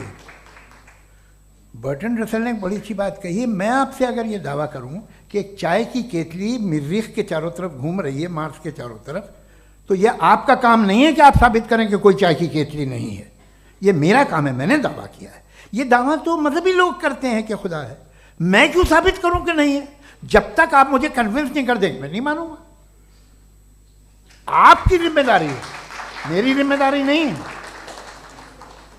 दोयम ये कि ये जो आप कह रहे हैं जो गैप्स हैं, ये गैप जब जब किसी मजहब को चैलेंज करते हैं, जब ऐसा कोई बात आती है तो हंगामा हो जाता है कि जब वो चैलेंज करें किसी फेथ को। ये तमाम साइंस जो है इसे मुख्तलिफ जगहों पे मुख्तलिफ वक्तों में मज़हब ने रोकने की कोशिश की है। ये किताब है रिलीजन एंड साइंस बर्टरांड रसल की, पढ़िएगा, अच्छी लगेगी आपको। तारीख़ ही है साइंस, मज़हब की साइंस से उसका यही रिश्ता है। अच्छा, अब ये हम सोचें कि बहरहाल ये वजूद जो है मज़हब और ये बिलीव इन गॉड इंसान को बेहतर बना देता है, तो एक काम कीजिए, हिंदुस्तान वर्ल्ड का नक्शा लीजिए और मार्क कीजिए कि रिलीजन कहाँ कहाँ ज़्यादा है, कहाँ कहाँ, चाहे वो लैटिन अमेरिका हो या मिडल ईस्ट हो या फार ईस्ट हो या हिंदुस्तान के वो इलाके जहाँ मजहबियत ज़्यादा है। रख दीजिए नक्शा अलग। अब दूसरा नक्शा कि कहाँ कहाँ नाइंसाफ़ी, रिप्रेशन, औरतों के हुकूक की पामाली, जुल्म, डिक्टेटरशिप कहाँ है, नक्शा एक ही होगा। तो आप मुझे बताएं कि जो इसका तरकीब इस्तेमाल क्या है, खुदा का तरकीब इस्तेमाल तो बताइए। आप छोटी सी दवा सड़क पे बेचते हैं उसकी भी तरकीब इस्तेमाल बताते हैं। इसके इस्तेमाल से तो फ़ायदा नहीं हुआ किसी को। जो सारे के सारे ख़राब मुल्क हैं, ख़राब समाज है, वो सारे जुल्म खुदा के नाम पे करते हैं। वो गलत करते हैं, सही करते हैं, मुझे क्या लेना देना उससे। इस्तेमाल से मालूम होता ना। एक विस्की की बोतल कभी शायद देखी हो आपने, लाल रंग की होती है, उस पर रोशनी और छपड़ा इंतहाई खूबसूरत लगती है, क्या बिगाड़ रही है किसी का? उसका इस्तेमाल गलत है, इसलिए आप उसे नापसंद करते हैं। इसका इस्तेमाल गलत है, इस तसव्वुर का इस्तेमाल ही गलत है और हमेशा से गलत हुआ है। आप देख लीजिए, इंसानी तारीख देख लीजिए, आज देख लीजिए, हिंदुस्तान देखिए, दुनिया देख लीजिए, क्या हो रहा है। इसे कैसे इस्तेमाल कर रहे हैं फेथ वाले लोग? क्या फेयर हैं, जस्ट हैं, जो अपने खुदाओं पे यकीन रखते हैं? वो किस तरह के लोग हैं? वो लोगों को इंसाफ देते हैं, वो बेहतर इंसान बने। तो इस दवा का फ़ायदा क्या है? चलो बहुत फ़ायदा हो रहा तो मैं इस्तेमाल कर लूँगा, मुझे तो इस दवा का कोई फ़ायदा दिखता ही नहीं। मुझे तो ऐसा लगता, मैं एक और बात बताऊँ, अगर कोई आदमी मजहबी है और अच्छा आदमी है तो मैं उसकी बहुत इज्जत करता हूँ, इसलिए कि मेरा ख्याल है मजहबी आदमी का अच्छा होना मुझसे अच्छा होने से ज़्यादा मुश्किल है। भाई हर चीज़ की एक लिमिट है। आप इतना भाग सकते हैं, इतना नहीं भाग सकते, इतना वज़न उठा सकते, इतना नहीं उठा सकते, इतना दूर देख सकते हैं, इतना दूर नहीं देख सकते। उसी तरह कॉमन सेंस कहता है कि आप में नेकी का भी एक कोटा होगा। अब आप अगर सुबह जाते हैं अपनी इबादत गाह और इबादत करते हैं तो बाहर निकलते हैं तो आप तो यही महसूस करते हैं कि आपने एक बहुत अच्छा काम किया, आपकी नेकी का एक बहुत बड़ा कोटा खर्च हो गया जिससे किसी का कोई फ़ायदा नहीं हो।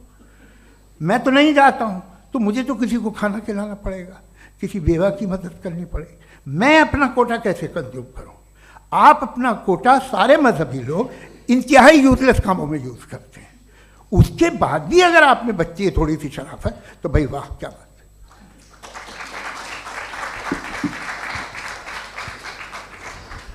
एक तो मुझे ये बात बहुत अच्छी लग रही है कि दोनों ही विद्वान समय को मानते हैं और बहुत समय से अपनी दलीलें और बाज़ दफ़ा समय से पहले अपनी तकरीरें पूरी करके अपनी अपनी कुर्सी पर बैठ रहे हैं। ये इस आर्ग्यूमेंट का राउंड 2 पूरा हुआ। अब रिबटल का राउंड 2 है और उसके बाद क्रॉस एग्जामिनेशन होगा। नहीं, आपका आर्ग्यूमेंट हो गया सर। हमारे यहाँ स्कूल के सिलेबस में पंच परमेश्वर कहानी पढ़ाई जाती है, प्रेमचंद जी की लिखी हुई। आप निश्चिंत रहिए, आपकी कोई राउंड में मिस नहीं होने दूंगा। रिबटल का राउंड 2 मुफ्ती शमाइल नदवी साहब।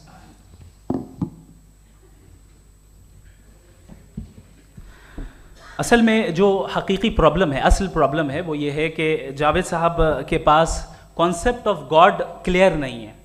इन्होंने कहा कि कायनात से पहले खुदा तो था, तब भी तो टाइम होगा।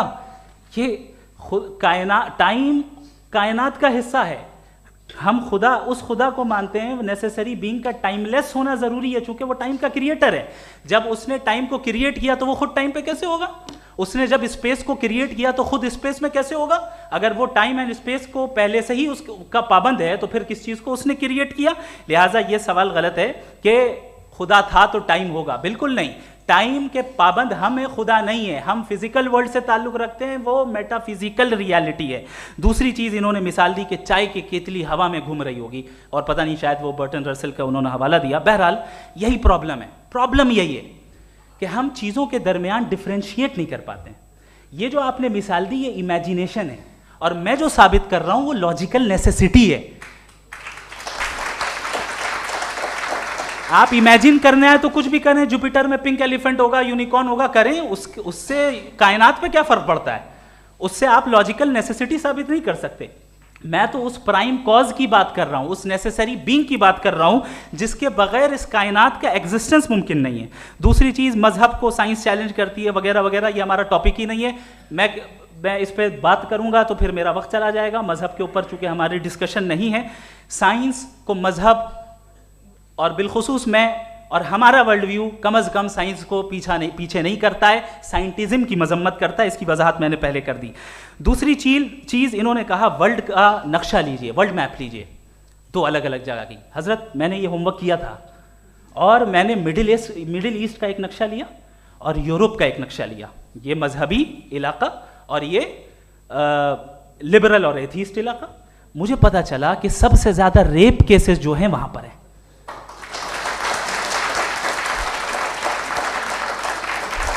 मुझे ये पता चला यूएन की रिपोर्ट के मुताबिक, मैं ये अपने घर से नहीं लेके आ रहा, कि जो वर्किंग वुमेन है यूरोपियन कंट्रीज में, उसमें 81% वुमेन सेक्सुअल हैरेसमेंट का वर्क में शुमार हो रही है। ये मिडिल ईस्ट में नहीं हो रहा है, वो मजहबी लोग हैं इसलिए नहीं हो रहा है। दूसरी चीज आपने ये कहा कि मजहबी आदमी का अच्छा होना हमारे अच्छे होने से बहुत मुश्किल है, बहुत मुश्किल है। तो इसका मतलब यह है कि गॉड के अलावा आपके पास अच्छे और बुरे का कोई स्टैंडर्ड है। मैं चाहूंगा कि कन्वर्सेशनल स्टाइल वाली डिस्कशन और सेगमेंट पे इसी पे बात कर लेते हैं। Thank you very much.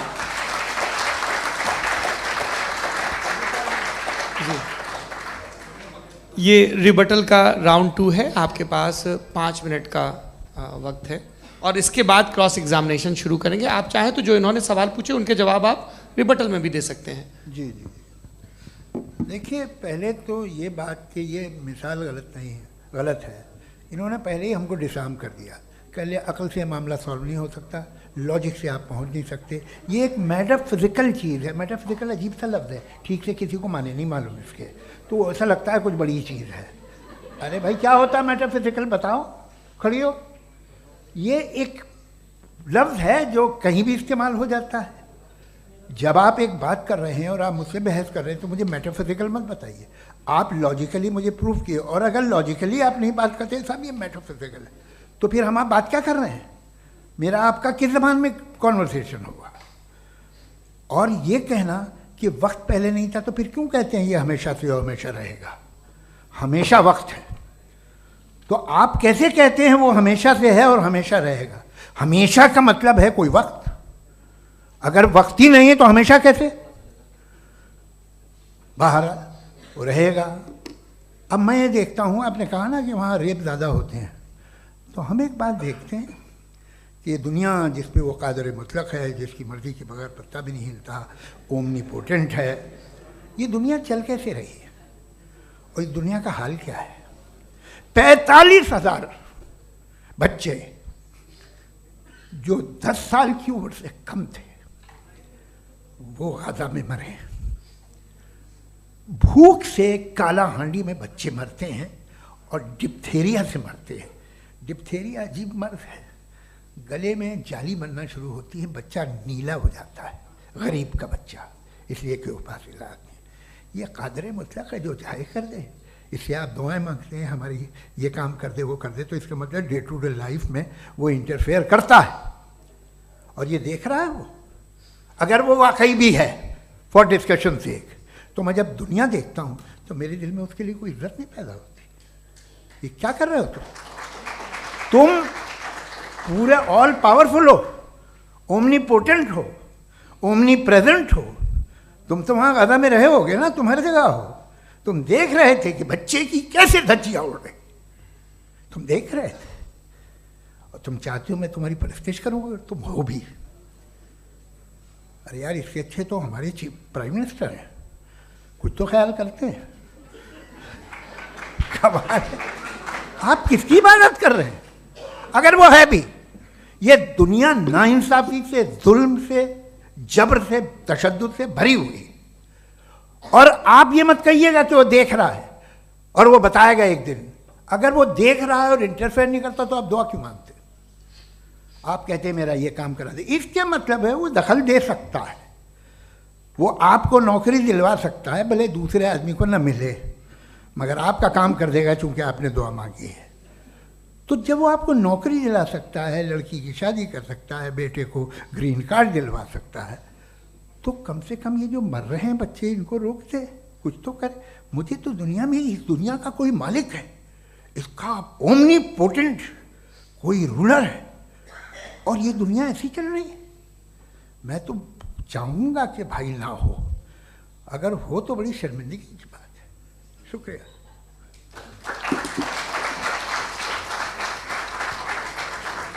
देवियों और सज्जनों, इस बहस के 2 राउंड और 2 रिबटल पूरे हो चुके हैं। अब सबसे ज़रूरी और सबसे मुश्किल राउंड शुरू हो रहा है, क्रॉस एग्जामिनेशन का। अब इन विद्वानों की सज्जनता की एक परख भी होगी, और वक्त हमने 16 मिनट का तय किया है। पहला सवाल आप पूछना चाहेंगे? जी बिल्कुल।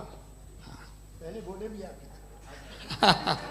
आप माइक ले लीजिएगा हाथ में, ये नीचे से ऑन जी। मैं बोलता हूँ, ये डायस हटा सकते हैं क्या हम थोड़ा क्विकली? डायस पीछे कर दीजिए बस थोड़ा सा, है, ताकि ये जो दाएं बाएं लोग बैठे हैं, इसे हटा ही दीजिए। अब हम वहाँ तो जाने वाले नहीं, आराम से आराम से दोनों तरफ से हटा दीजिए।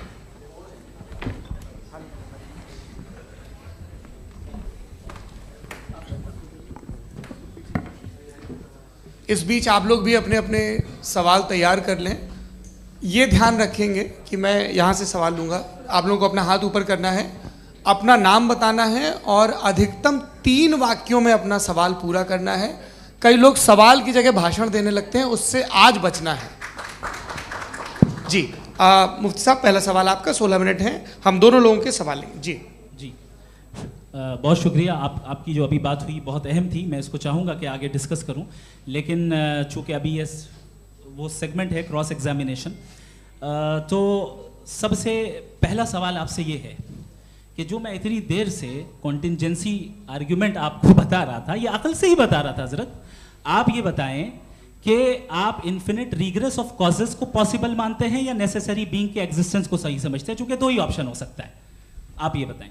देखिए, आपको मैं ईमानदारी से बात करूं, एक तो मैं कॉन्टिजेंसी वर्ड ठीक से समझता नहीं, और इस वक्त भी जो आपने अंग्रेजी के अल्फाज इस्तेमाल किए वो ज़रा थोड़े से मुझे डिफ़िकल्ट और कॉम्प्लिकेटेड लगे, तो आप ज़रा सिंपल ज़बान में सवाल कर सकते हैं? बिल्कुल कर सकता हूँ जी। यूनिवर्स की हर चीज़ कॉन्टिंजेंट होने का मतलब ये है कि वो अपने एग्जिस्टेंस में किसी के ऊपर डिपेंडेंट है। जो भी चीज़ डिपेंडेंट होगी वो चीज़ इंडिपेंडेंट नहीं हो सकती, तो उसका कोई ना कोई कॉज होगा। तो अब आप क्या समझते हैं कि ये इन्फिनिट रिग्रेस है, यानी कॉज पर कॉज, कॉज पर कॉज, कॉज पर कॉज, और कभी कोई यानी ये एंडलेसली चलता रहा? क्योंकि अगर ऐसा होगा तो हम तो एग्जिस्टेंस में आते ही नहीं। लॉजिकली ये मुत्तफक अलैह चीज़ है, मुत्तफक अलैह अग्रीड अपॉन। इस पे हमने एग्री किया था कि मुश्किल शब्द आएगा तो अर्थ बताना पड़ेगा। तो इन्फिनिट रिग्रेस तो पॉसिबल नहीं है, तो कहीं ना कहीं आपको रुकना पड़ेगा ऐसे नेसेसरी बीइंग पर। नहीं, कोई ज़रूरत नहीं रुकने की। किसने कहा आप रुकना पड़ेगा? आप रुकते हैं खुदा पे, आप नहीं रुकते। आप कहते हैं वो हमेशा से, जब उस वक्त से जब वक्त नहीं था। आप कहाँ रुकते हैं कि अब हुआ था वो? आप नहीं कहते। हम क्यों नहीं मान सकते कि यूनिवर्स जो है और बल्कि मल्टीवर्सेस जो है वो हमेशा से हैं, वो बनती है, बिगड़ती है। एक हमारे यहाँ एक चीज़ है ब्लैक होल, वो समेट लेता है वापस, फिर ब्लास्ट होता है, फिर फैल जाता है। और इसमें हमारी तो खैर कोई औकात ही नहीं है इंसान की। एक छोटे से ज़र्रे पे हम 50-60 साल की उम्र रखते हैं, जो करोड़ों अरबों साल की कायनात है उसमें, और पैदा भी नहायत ही बेहुदा वजह से हुए थे। तो इसमें ये सोचना कि इसकी वजूहात और ये क्यों है, ये डिपेंडेंट है, ये हम देख रहे हैं। क्या मालूम, आप सोचिए कि ये जो फैल रही है कायनात, ये कहाँ फैल रही है, ये कहाँ जा रही है, और ये फैल क्यों रही है? अरे बना ली थी तुमने, रुको भैया, हाँ काफ़ी है। ये फैल क्यों रही है? ये और कौन सी कायनात जिसे मैं दूरबीन से देखता हूँ तो 2 बिलियन लाइट ईयर पे है, उससे मेरा कोई वास्ता ही नहीं है। 2 बिलियन ईयर यानी अगर मैं 80,000 माइल्स पर सेकेंड से चलूँ तो 20 करोड़ साल में वहाँ पहुँच जाऊँगा। इसकी ज़रूरत क्या थी? ये दुनिया, ये कायनात तो इंसान अशरफुल मखलूक़ात के लिए बनाई गई ना। तो ये सब ये टर्म समझ में नहीं आया, इसमें कोई ख़ास समझने वाली बात थी भी नहीं। ये जो अल्टीमेट कहा यह जाता है कि ये जो पूरी यूनिवर्स है, ये जो दुनिया है, ये इंसान के लिए बनाई गई। अच्छा, ये सब इंसान के लिए। क्यों साहब, सही है ना? बिल्कुल, लेकिन इसका ये मतलब नहीं कि किसी चीज के पीछे रीजन आपको नहीं पता तो रीजन नहीं है, इसे कहते हैं नहीं, मुझे नहीं पता, लेकिन मेरी जिम्मेदारी नहीं है। वो बिल्कुल सही कहा था उसने, बर्टन रसल ने। आपने उसे मजाक में टाल दिया कि भाई आप एक दावा कर रहे हैं, मैं क्यों कहूं कि ये गलत है दावा? आप प्रूफ कीजिए, मेरे पे जिम्मेदारी ही नहीं है, मैंने थोड़ी कहा है। आप प्रूफ कीजिए कि ये सही है। आप आर्ग्यूमेंट ऑफ कंटिंजेंसी का जवाब ही नहीं दे रहे हैं। पूछना चाहेंगे? आप सवाल पूछना चाहेंगे मुफ्ती साहब से? क्योंकि ये क्रॉस एग्जामिनेशन का दौर है। आप जैसे पहले बोल रहे थे फेथ को लेके कुछ, मैं ये पूछना चाहूँगा कि खुदा ने जो भी रेवलेशन किए हैं, एक मज़हब के नहीं बहुत से मज़हबों में किए हैं, अलग अलग रेवलेशन है। कहीं कुछ एक बातें हैं, कॉन्ट्रडिक्शन भी है आपस में, कहीं कुछ आप कर सकते हैं, कहीं कुछ नहीं कर सकते। ऐसा नहीं है कि सबकी कोड ऑफ मॉरल एक है। तो ये किस्सा क्या है? अब आप ये देखिए कि मुझे कभी कभी लगता है कि जो फुटबॉल फाइनल होता है, लाखों लोग होते हैं, फिर वो टीवी कवर कर करोड़ों लोग, अगर उसमें खुदा की एक बूमिंग आवाज़ आ जाती, मैं गॉड हूँ, तो सारे लोग अभी सुन लेते और टीवी पे भी सुन लेते, किस्सा ख़त्म होता। ये इतनी राजदारी क्या है कि तुम सामने कुछ तो सबूत दे दो हमें सॉलिड। ये कह साहब ये यूनिवर्स कैसे बनी, इससे मसला क्या हल होगा? मैं पूछूंगा आपसे खुदा कैसे बना? क्यों नहीं पूछूंगा कैसे बना? बल्कि वो तो कायनात से कहीं ज़्यादा इंटेलिजेंट है, कायनात से कहीं ज़्यादा कॉम्प्लेक्स। जी वो हमेशा से है, आप कहेंगे मैं मान लूँगा। अच्छा, दोयम वो कादिर मुतलक, यानी कादिर मुतलक का मतलब ओमनीपोटेंट, वो जो चाहे कर सकता है। आपको नौकरी दिलवा सकता है, आपकी अच्छी जगह शादी करवा सकता है, आपके पड़ोसी का मुकदमा हरवा सकता है, आपको जिता सकता है, सब काम करता है। थोड़ा सा माइक क्लोज जी। वो इस दुनिया को चला कैसे रहा है? ये दुनिया कैसे चल रही है? आपको इस पर हैरत नहीं होती? या क़यामत के बाद कभी एक जस्टिस होगा, जब ये बच्चा मर चुका होगा, जिसकी धज्जियाँ उड़ गई बम से, इसको इंसाफ मिलेगा तब? अच्छा, अब जवाब दूं? हाँ दीजिए। मैं वही इसीलिए आप की तरफ आता। सबसे पहले आपने रेवलेशन और स्क्रिप्चर्स की बात की, इस पे मैं बात कर सकता हूं लेकिन आज नहीं करूंगा चूंकि वक्त कम है, कभी और इस पे डिस्कस करेंगे। मैं तैयार हूं उस पे भी बात करने के लिए। ये अभी से राउंड 2 की भूमिका तय हो रही है। Does God exist round 2? चूंकि आज गॉड के एग्जिस्टेंस पे बात है तो मैं उसी के रिलेटेड जो है आपके सवालात को एंटरटेन भी करूंगा और मैं भी पूछूंगा। आपने कहा कि आपने साबित ही नहीं किया, जबकि आर्ग्यूमेंट ऑफ कॉन्टिंजेंसी बुनियादी आर्ग्यूमेंट है। आप मुझे कॉन्टिंजेंसी का मतलब बताइए, आपका मतलब क्या? कॉन्टिंजेंसी कॉन्टिंजेंसी का मतलब यह हुआ कि हर वो वजूद जो किसी भी चीज़ का पाबंद है, हर वो वजूद या हर वो चीज़ जो अपने एग्जिस्टेंस में किसी भी चीज़ के पाबंद है और उससे बाउंड है, उसको उसकी ज़रूरत है, उस पर डिपेंड करती है, तो जाहिर सी बात है कि उसका कोई ना कोई कॉज होता है। ये तो अक्ल की बात है। ये आप रीजनिंग की बात करते हैं, मैं वही कर रहा हूं। दूसरी चीज आपने ये बात कही कि इतने बिलियन लाइट ईयर्स दूर है, उसका मेरा क्या लेना देना। फिर मेरे ख्याल से आपको ये नहीं कहना चाहिए I think therefore I am an atheist. आपको सोचना चाहिए, सिर्फ आप एक लिमिटेड दायरे में रहकर नहीं सोचें बल्कि बाहर निकलकर सोचें। आपने तीसरा सवाल किया, आपने 2-3 सवाल एक साथ। ऐसी बातें ना कीजिए, कुछ लोगों को इतराज हो जाएगा आप पे कि आप कुछ भी सोचिए। ये इजाज़त आपको है नहीं, मुझे है।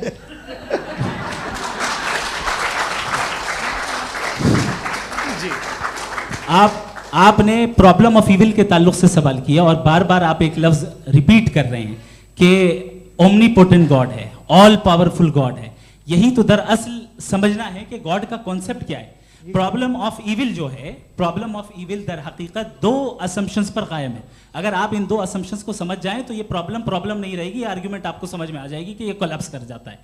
पॉइंट नंबर 1, यानी जो आपका सबसे पहला फॉल्स असम्पशन है कि गॉड मर्सीफुल है, ओमनीपोटेंट है, दुनिया में जुल्म हो रहा है। लेकिन आपको ये समझना चाहिए कि हमारे वर्ल्ड व्यू के मुताबिक गॉड सिर्फ ओमनीपोटेंट और सिर्फ मर्सीफुल नहीं है, बल्कि वो ऑल वाइज भी है और वो ऑल नोइंग भी है। उसके हर काम के पीछे हिकमत और विजडम है। ये कोई जरूरी नहीं है कि वो हिकमत और विजडम आपको समझ में आए या मुझे समझ में आए। अगर आप जो समझ रहे हैं उसके मुताबिक आप फैसला कर रहे हैं, ये लिमिटेड पर्सपेक्टिव से आर्ग्यूमेंट है। और इस चीज को हम अपनी दुनिया में, अपने लाइफ में, डेली लाइफ में इस प्रिंसिपल को एक्सेप्ट करते हैं। हम जब किसी डॉक्टर के पास जाते हैं, डॉक्टर के पास जाकर वो अगर उसने हमें कोई दवाई दी है तो हम ये तो नहीं कहते कि जब तक आपके पास जितना नॉलेज और जितना विजडम नहीं है, आपने क्यों ये दवाई दी है, तब तक हम इस चीज को एक्सेप्ट नहीं करेंगे। नहीं कहते, हम उसकी अथॉरिटी को तस्लीम करते हैं। क्यों? क्योंकि उसकी हम जानते हैं कि वो नॉलेजेबल है, वो विजडम वाला है, हमसे ज्यादा नॉलेज और हमसे ज्यादा विजडम है। बताएं सर। नहीं, डॉक्टर में और खुदा में बड़ा डिफरेंस है। डॉक्टर पढ़ा लिखा होता है, एक तो मैं उसकी बात सुनूंगा। दोयम ये नहीं, कुछ जवाब तो ये भी नहीं है सर। प्लीज, अगर सब ऑडियंस से बोलने लगेंगे तो फिर मतलब नहीं सिविलाइज्ड बहस का। मतलब आप ये कहें कि चूंकि आप डॉक्टर पे बिलीव करते हैं इसलिए खुदा पे बिलीव किए, क्या ये मिसाल आपको समझाने के आर्गुमेंट है, इस पे आपको एतराज नहीं है। तो सिंपल बात ये है कि मैं अगर ये यकीन कर लूँ कि एक ओमनीपोटेंट, उसकी मसलहत है, ये जो बच्चे मर रहे हैं ये मसलहत है उसकी, मुझे नहीं चाहिए थी मसलहत। उसकी मसलहत नहीं, यही तो समझना है, मतलब एक्सपीरियंस। अच्छा, इस आपने अभी मेरी बात पूरी सुनी नहीं। मैंने कहा आपका पूरा आर्ग्यूमेंट दो फॉल्स असम्पशंस पर है। एक फॉल्स असम्पशन मैंने बता दिया, दूसरा फॉल्स असम्पशन ये है कि इस दुनिया में इविल के होने का कोई गुड रीजन नहीं है, जबकि हमारे पास बाज रीजंस मौजूद हैं, हमारे पास बाज वजूहात मौजूद हैं। अगर इस दुनिया में इविल ना हो तो आप गुड को डिफाइन कैसे करेंगे? अगर जुल्म ना हो आप इंसाफ को समझेंगे कैसे? अगर तारीकी ना हो तो आप लाइट को समझेंगे कैसे? बहुत अच्छे। अभी और सुन लें, अभी और बाकी है। ये तो बात बहुत पसंद आई साहब मुझे कि जब तक रेप ना हो तब तक औरतों की इज्जत का ख्याल आपने मेरा जवाब पूरा सुना ही नहीं। जब तक के बच्चों का कत्ल ना किया जाए तब तक आपको बच्चों की मासूमियत की इज्जत। आपने पूरा जवाब सुना ही नहीं। क्या बात है, क्या आपने नुक्ता निकाला? आपने पूरा जवाब सुना ही नहीं। आप सुन लें, मेरी बात सुन लें। ये मैंने आपको एक चीज बताई। दूसरी चीज, इस दुनिया में हम आए हैं टेस्ट के लिए, हमारा टेस्ट हो रहा है और हर इंसान का अलग अलग अंदाज में टेस्ट होता है। और इस दुनिया में अगर इविल मौजूद है तो वो इविल जरिया है हमारे अंदर ह्यूमन नोबल क्वालिटीज को डेवलप करने का और अलग अलग फील्ड में प्रोग्रेस करने का। और अगर हमारे अंदर और इस दुनिया में इविल नहीं होता तो बताइए टेस्ट का मतलब क्या होता? अगर मैं अपने स्टूडेंट को एमसीक्यूज दूं और उसमें सिर्फ राइट आंसर लिख कर दे दूं और कहूं तुम्हारा टेस्ट हो गया, ये मीनिंगलेस है। इस दुनिया में अगर हम टेस्ट के लिए आए हैं तो जाहिर है गुड एंड इविल दोनों मौजूद है। तो अगर गुड एंड इविल दोनों मौजूद है तो ये इविल भी खुदा का बनाया हुआ है? जी हाँ, खुदा का बनाया हुआ है। लेकिन अच्छा, चलो अच्छी बात। जी बिल्कुल, तो बिल्कुल खुदा ने बनाया। अभी तो ये है कि जो मेजॉरिटी है दुनिया में वो इविल है, तो ये खुदा एक्चुअली इविल के साइड पे लग रहा है मुझे। बिल्कुल भी नहीं, मैं बताता हूं। मेजॉरिटी में तो वो है। क्या बात कर रहे हैं भाई आप? मैं बहुत कोई भी जो मुंसिफ होगा, चाहे आपका अपना घर हो जिसके आप सबसे बड़े हैं, चाहे आपकी ऑर्गेनाइजेशन हो जो आप चलाते हैं, वहां पर आप इविल रखेंगे साबित करने को कि बाकी लोग शरीफ हैं। मेरी बात सुन क्या ये आर्ग्यूमेंट ही गलत है? अगर कि जब तक के कोई इविल नहीं होगा तब तक के शरीफ आदमी शरीफ नहीं लगेगा। अगर एग्जामिनर गलत ऑप्शन दे रहा है तो एग्जामिनर इविल नहीं हो गया, जो गलत ऑप्शन को सेलेक्ट कर रहा है वो फेल होगा। क्रिएटर ने इविल को बनाया है लेकिन वो इविल नहीं है। अच्छा सुनिए मेरी बात, लेट मी कंप्लीट सर। जी जी। क्रिएटर ने इविल को बनाया है टेस्ट के लिए, वो इविल नहीं है। इविल वो होगा जो उसे इख्तियार करेगा। छुरी को बनाने वाला गलत नहीं होता है, छुरी का गलत इस्तेमाल करने वाला गलत होता है। रेप को कैसे गलत इस्तेमाल करते हैं? रेप इंसान के फ्री विल का नतीजा है। ये रेप कैसे गलत इस्तेमाल होता है? ये मुझे अब सुन लें, अब सुन लें। गलत इस्तेमाल होता है। हाँ मैं बता रहा हूँ ना, कैसे गलत? मैं बता रहा हूँ कि जो इविल इस दुनिया में मौजूद है उसके कई सारे तरीके हैं। एक तरीका इंसान का अपना फ्री विल है। अब अगर कोई रेपिस्ट रेप कर रहा है तो इसका गॉड का कसूर नहीं है, वो अपने फ्री विल का गलत इस्तेमाल कर रहा है, उसको सजा मिलनी चाहिए। अच्छा। और उसी के लिए जहन्नम बनाई गई है। ये फ्री विल का भी बड़ा चक्कर। आप जब कोई बुरा काम करते हैं या कोई बुराई होती है तो ये कहा जाता है कि ये फ्री विल है। 7 billion free wills are moving on this planet. 7 billion free will. और एक आदमी अपनी फ्री विल से मुझे कत्ल कर दे तो मैं खुदा की मर्जी से मरा हूँ कि इसकी फ्री विल की वजह से? मेरी मौत खुदा के हाथ है या ये फ्री विल वाले के हाथ है? खुदा ने फ्री विल का निजाम बनाया है और उस निजाम का गलत इस्तेमाल करके कोई आपको मार रहा है, इस्तेमाल करके मेरा कत्ल कर देता है। अब मेरी मौत का जिम्मेदार कौन है? वो इंसान जिम्मेदार है। वो इंसान। जी। तो ये कहना कि और उसको सजा मिलेगी। तो अब आप आगे चलिए कि ये तय करना कि अल्लाह ही या अल्लाह ने खुदा ही जिंदगी देता है, खुदा ही मौत देता है, ये गलत है। बिल्कुल गलत नहीं है। हाँ, नहीं, निजाम उसी ने बनाया फ्री विल का। निजाम मौत और हयात का उसी ने बनाया। You are contradicting yourself. अभी आपने कहा कि एक आदमी ने फ्री विल से आपको मार दिया, इसमें उसे फ्री विल दी गई थी, उसने गलत इस्तेमाल किया। 7 billion free wills are moving on this planet और आप चाह रहे हैं कि मैं सिर्फ खुदा का ध्यान करूं।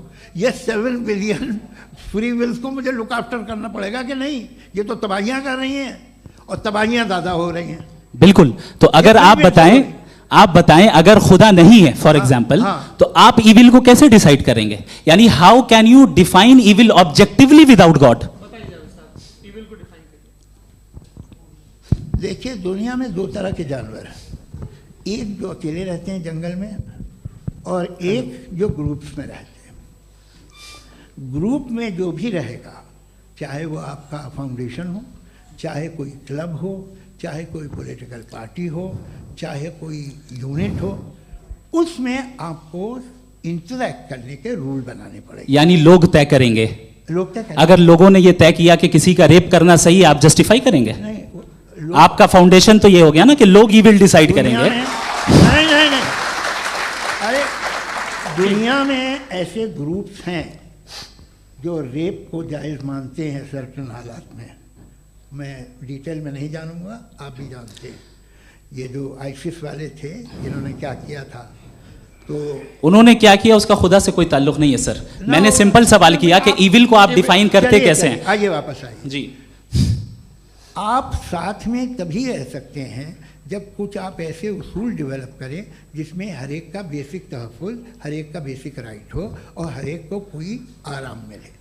यही तरीक़ा है किसी भी ऑर्गेनाइजेशन जिसमें एक से ज़्यादा लोग हैं और वो ऐसे चलती है ज़िंदगी। उसमें अगर आप गड़बड़ करेंगे तो तबाही होगी, नुकसान होगा, बर्बादियाँ आएंगी। और अगर उसमें आप घर ले लीजिए ना, एक हस्बैंड है, एक वाइफ है, बच्चे हैं, वालदा भी हैं, 2 बहनें भी हैं, एक भाई भी है। अब इसमें कोई निज़ाम आपको चाहिए साथ में रहने का और एक दूसरे पे भरोसा रहे, एक दूसरे के बहीख्वाह हों, एक दूसरे की मदद करें, ऐसी जिंदगी। सर आपकी बात आ गई। आप ये कह रहे हैं कि लोग डिसाइड करेंगे क्या सही है क्या गलत है, यही है? मेजॉरिटी डिसाइड करेगी क्या सही है क्या गलत है? अरे भाई बिल्कुल। मेजॉरिटी अगर ये कहे कि नाजी जर्मनी के साथ जिस तरह मेजॉरिटी थी कि जेनोसाइड करना सही, आप जस्टिफाई करेंगे? उस वक्त आपका ये सवाल सिर्फ उसके बाद क्लोजिंग। हाँ, उस वक्त प्लेनेट पे जो लोग थे उनमें कितने लोग हिटलर को सही समझते? अच्छा, प्लेनेट की मेजॉरिटी तय करेगी, सोसाइटी की नहीं। प्लेनेट की मेजॉरिटी गॉड के एग्जिस्टेंस को सही मानती है, आप क्यों नहीं मानते? ये हेलो ये क्रॉस क्वेश्चन का राउंड यहाँ पर समाप्त होता है। और ये बड़ा अच्छा है कि इस तरह से फ्रेगमेंट कर दिया गया है ताकि जो मरकरी ऊपर जा रहा है नीचे जवाब दे दूं। जी। प्लेनेट की ज़्यादातर मेजॉरिटी कुछ दूसरे मजहबों के खुदा को मानती है। आप उन्हें क्यों नहीं? आप तो मेजॉरिटी की बात कर रहे हैं। अच्छा, ये क्लोजिंग आप ये कह रहे हैं इविल और गुड को डिसाइड मेजॉरिटी करेगी। मेजॉरिटी जो कर दे वो सही हो जाएगा। क्लोजिंग इसको जैसा आप ही लोगों ने तय किया है उसी फॉर्मेट को फॉलो कर लेते हैं। हाँ भाई, मैंने तो भले लोगों पे एतबार किया और तब मॉडरेशन तय किया। जी, आपके पास 5 मिनट का वक्त है, क्लोजिंग आर्ग्यूमेंट है, उसके बाद हम ऑडियंस से क्वेश्चन आंसर लेंगे जावेद साहब की क्लोजिंग आर्ग्यूमेंट के बाद। ओके, बहुत शुक्रिया जी। हमारा जो टॉपिक है डज गॉड एग्जिस्ट, मैं इस पे इतने एकेडमिक तैयारी करके आया था, मुझे था कि मैंने सोचा था कि कई सारे मैं आर्ग्यूमेंट्स दूंगा, लेकिन वक्त की भी किल्लत और जावेद साहब बार बार इधर उधर चले जा रहे थे तो उसको भी थोड़ा एंटरटेन करना पड़ गया। डज गॉड एग्जिस्ट पे मैं एक ही आर्ग्यूमेंट दे पाया। आर्ग्यूमेंट्स बहुत हैं और डेफिनेटिव आर्ग्यूमेंट्स हैं, और मेरे आर्ग्यूमेंट को किसी एक राउंड में भी इन्होंने एंटरटेन नहीं किया और रेफ्यूट नहीं किया। एक राउंड में भी नहीं, एक राउंड में भी नहीं। और ना ही अभी आपका क्लोजिंग आर्गुमेंट आएगा, नहीं वो बता देना। Argument of contingency sir. अरे मैं आपसे कई बार कह चुका हूं कंटीजेंसी का मतलब अब मैं कैसे समझाऊं आपको आपस में? हाँ, आप और कितने आसानी से समझाऊं मैं, मुझे तो नहीं समझ में आ रहा है। आप अपनी आर्ग्यूमेंट ऑफ कंटीजेंसी उर्दू में बोल सकते हैं। हाँ, आप अपनी बात पूरी कर लें जी, आखिरी 4 मिनट। दूसरी चीज, just a minute please ma'am, can I talk? दूसरी चीज ये है कि आपने एक तो इसका जवाब नहीं दिया, दूसरा आपने गॉड के ना होने पर कोई डेफिनेटिव आर्ग्यूमेंट नहीं दिया, सिर्फ मजहब पे बात कर रहे हैं आप। मजहब तो आज हमारा टॉपिक ही नहीं था। आज तो हमारा टॉपिक हो, आप मजहब से ले लेकर आईएस तक चले गए। भाई हमारा क्या ताल्लुक है उससे? We condemn them. और उसका गॉड से क्या ताल्लुक है? अगर कोई गलत काम कर रहा है, किसी ने किसी को कत्ल किया, किसी ने किसी का रेप किया, उसको सजा मिलनी चाहिए। और आपके पास कोई भी rational strong foundation of morality नहीं है। आपने कहा कि मेजॉरिटी तय करेगी सोसाइटी की, वो सही होगा। मैंने कहा हिटलर को, फिर आप सही कहेंगे नहीं नहीं नहीं नहीं, प्लैनेट की सोसाइटी की मेजॉरिटी तय करेगी। तो प्लैनेट की मेजॉरिटी गॉड के एग्जिस्टेंस को मानती है, आप कह रहे हैं ये रिलीजियस है। तो यानी आपके पास कोई स्ट्रॉन्ग फाउंडेशन नहीं है ऑब्जेक्टिव मोरालिटी का। ऑब्जेक्टिव मोरालिटी का अगर कोई फाउंडेशन है तो वो सिर्फ गॉड है, गॉड है, गॉड है। थैंक यू जी। ये मुफ्ती शमाइल नदवी साहब का क्लोजिंग आर्ग्यूमेंट था। अब हमारे पास जी ये बड़ा अच्छा है कि दोनों लोगों को मॉडरेटर से शिकायत भी और बोल रहे भाई हमारी शाबाशी भी तो करते चलो। अब मेरी बात जी, आपके पास जावेद अख्तर साहब 5 मिनट का वक्त है। ये आपका क्लोजिंग आर्ग्यूमेंट है, टाइम रीसेट कर दें जी। देखिए, बहुत सारी बातें हैं। गॉड का डेफिनेशन दुनिया के किसी भी रिलीजन में है कि वो ओमनीपोटेंट है, ओमनीप्रेजेंट है, he is just, he is kind, he loves you and so on. मैं जब दुनिया देखता हूँ तो मुझे कोई ऐसा सुप्रीम पावर यहाँ दिखाई नहीं देती है जो इंसान की बहबूदी के लिए कुछ कर रही हो, कमज़ोर को बचा रही हो, मदद कर रही हो, जालिम को पीछे हटा रही हो। मैं नहीं देखा, तारीख़ में नहीं। एक तो अगर है और ये देख रहा है तमाशा, तो उसका होना न होना बराबर है। दोयम ये कि ये जो है, जब आप ये कहते हैं कि कायनात जिसकी कंटीजेंसी है, मैं देखिए वो लफ्ज़ इस्तेमाल किया मैं, तो ये कैसे हो सकती है भाई? और फ़ौरन आप सरेंडर कर देते हैं कि जाहिर है कि इसका बनाने वाला तो इससे 10,000 गुना ज़्यादा कॉम्प्लिकेटेड होगा। उस पर आपके होने पे कोई इतराज़ नहीं है। उसे वो टाइमलेस है, वो पहले से था, टाइम तो बहुत बाद में आया। ये सब आप मानने को तैयार है जिसका आपके पास कोई सबूत नहीं, आपके पास कोई रीज़न नहीं है। आपकी तारीख क्या है मज़हबों की? बिलीफ की, जो खुदाओं का बिलीफ है, ये कॉन्स्टेंटली गलत साबित होता रहा है। मतलब आप कहें कि अरिस्टोटल के ज़माने में तो सब जाहिल थे, वो भी इतने ही यकीन से खुदा पे यकीन रखते थे, जो अब नहीं रहा। ये भी नहीं रहेगा, आप लिख लीजिए। और इसके आसार आपको दुनिया में दिखाई देना शुरू हो चुके हैं। ये बहस क्या आज से 100 साल पहले इस तरह हो सकती थी? यहाँ तक तो आपको हम ले आए हैं। तो सर अरे इनको मदद की ज़रूरत नहीं भाई, ये सेल्फ सफिशिएंट आदमी है, आप क्यों इनकी मदद कर रहे हैं? Sir please. तो ये जो है तमाम बातें अपनी जगह हैं। ये एक पैकेज है। आप अकेले, कोई आदमी ऐसा नहीं जो सिर्फ गॉड को मानता हो। उसके साथ बहुत पैराफर्नेलिया आता है, अलग अलग पैराफर्नेलिया आते हैं। They have always created chaos in the society. मैं तो आपको सीधा ऑफर देता हूँ कि दुनिया में 10 इम्पॉर्टेंट बिलीव्स हैं। आप एक मानते हैं, 9 नहीं मानते, 9 में आप एथीस्ट हैं, 9 को आप बिल्कुल रीजनेबली मेरी तरह देखते हैं। तो 90 मजहबी आदमी भी 90% एथीस्ट है। वो दूसरे खुदा नहीं मानता, एक खुदा मानता है, अपना वाला, बाकियों को कहता है गलत है। अगर आप मानना ही बंद कर दें तो आपका 10% चांस है कि आप सही हैं और 90% चांस है कि आप गलत हैं। मेरा मशवरा है, आप मानना छोड़ दिए तो 50% चांस होगा कि आप सही हैं और 50% चांस होगा, 40% आप गेन करेंगे बाय बिकमिंग एन एथीस्ट।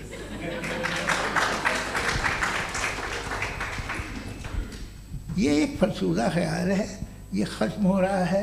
हो सकता है मेरी ज़िंदगी में ना हो, लेकिन ये हो जाएगा। जो बातें ये इनको आप मेटाफिज़िकल ये वो ऐसे रिस्पेक्टेबल टर्म दे दिए, ये तो उन लोग के हैं जिन्हें ना फिज़िक्स मालूम थी ना मेटा मालूम था, ये उन्होंने आपको दिए हैं। जी बहुत शुक्रिया आप दोनों लोगों का। और अब इस बातचीत का आखिरी राउंड शुरू होगा, डज गॉड एग्जिस्ट की ये बहस मुफ्ती शमाइल नदवी और जावेद अख्तर साहब के बीच। आप लोग अपने अपने हाथ ऊपर करेंगे, मैं यहाँ से तय करूँगा। और माइक हमारे पास है क्या? एक ही माइक है ऑडियंस के लिए? 2 माइक है, एक इस तरफ एक इस तरफ, ठीक है। तो जी सबसे पहले हमारी सहयोगी हैं मारिया शकील जी, पूछिए सवाल। थोड़ा सा रुकेंगे ताकि कैमरे का फ्रेम आप पर आ जाए, आपकी तो प्रैक्टिस है टीवी की। जी नदवी साहब, मैं खुदा को मानती हूँ, पहले मैं इसी प्रमाइस से शुरू कर रही हूँ और ये बता रही हूँ आपको, मैं मानती हूँ। लेकिन कुछ सवाल हैं जो जावेद साहब ने उठाया, उसका जवाब आपको देना चाहिए।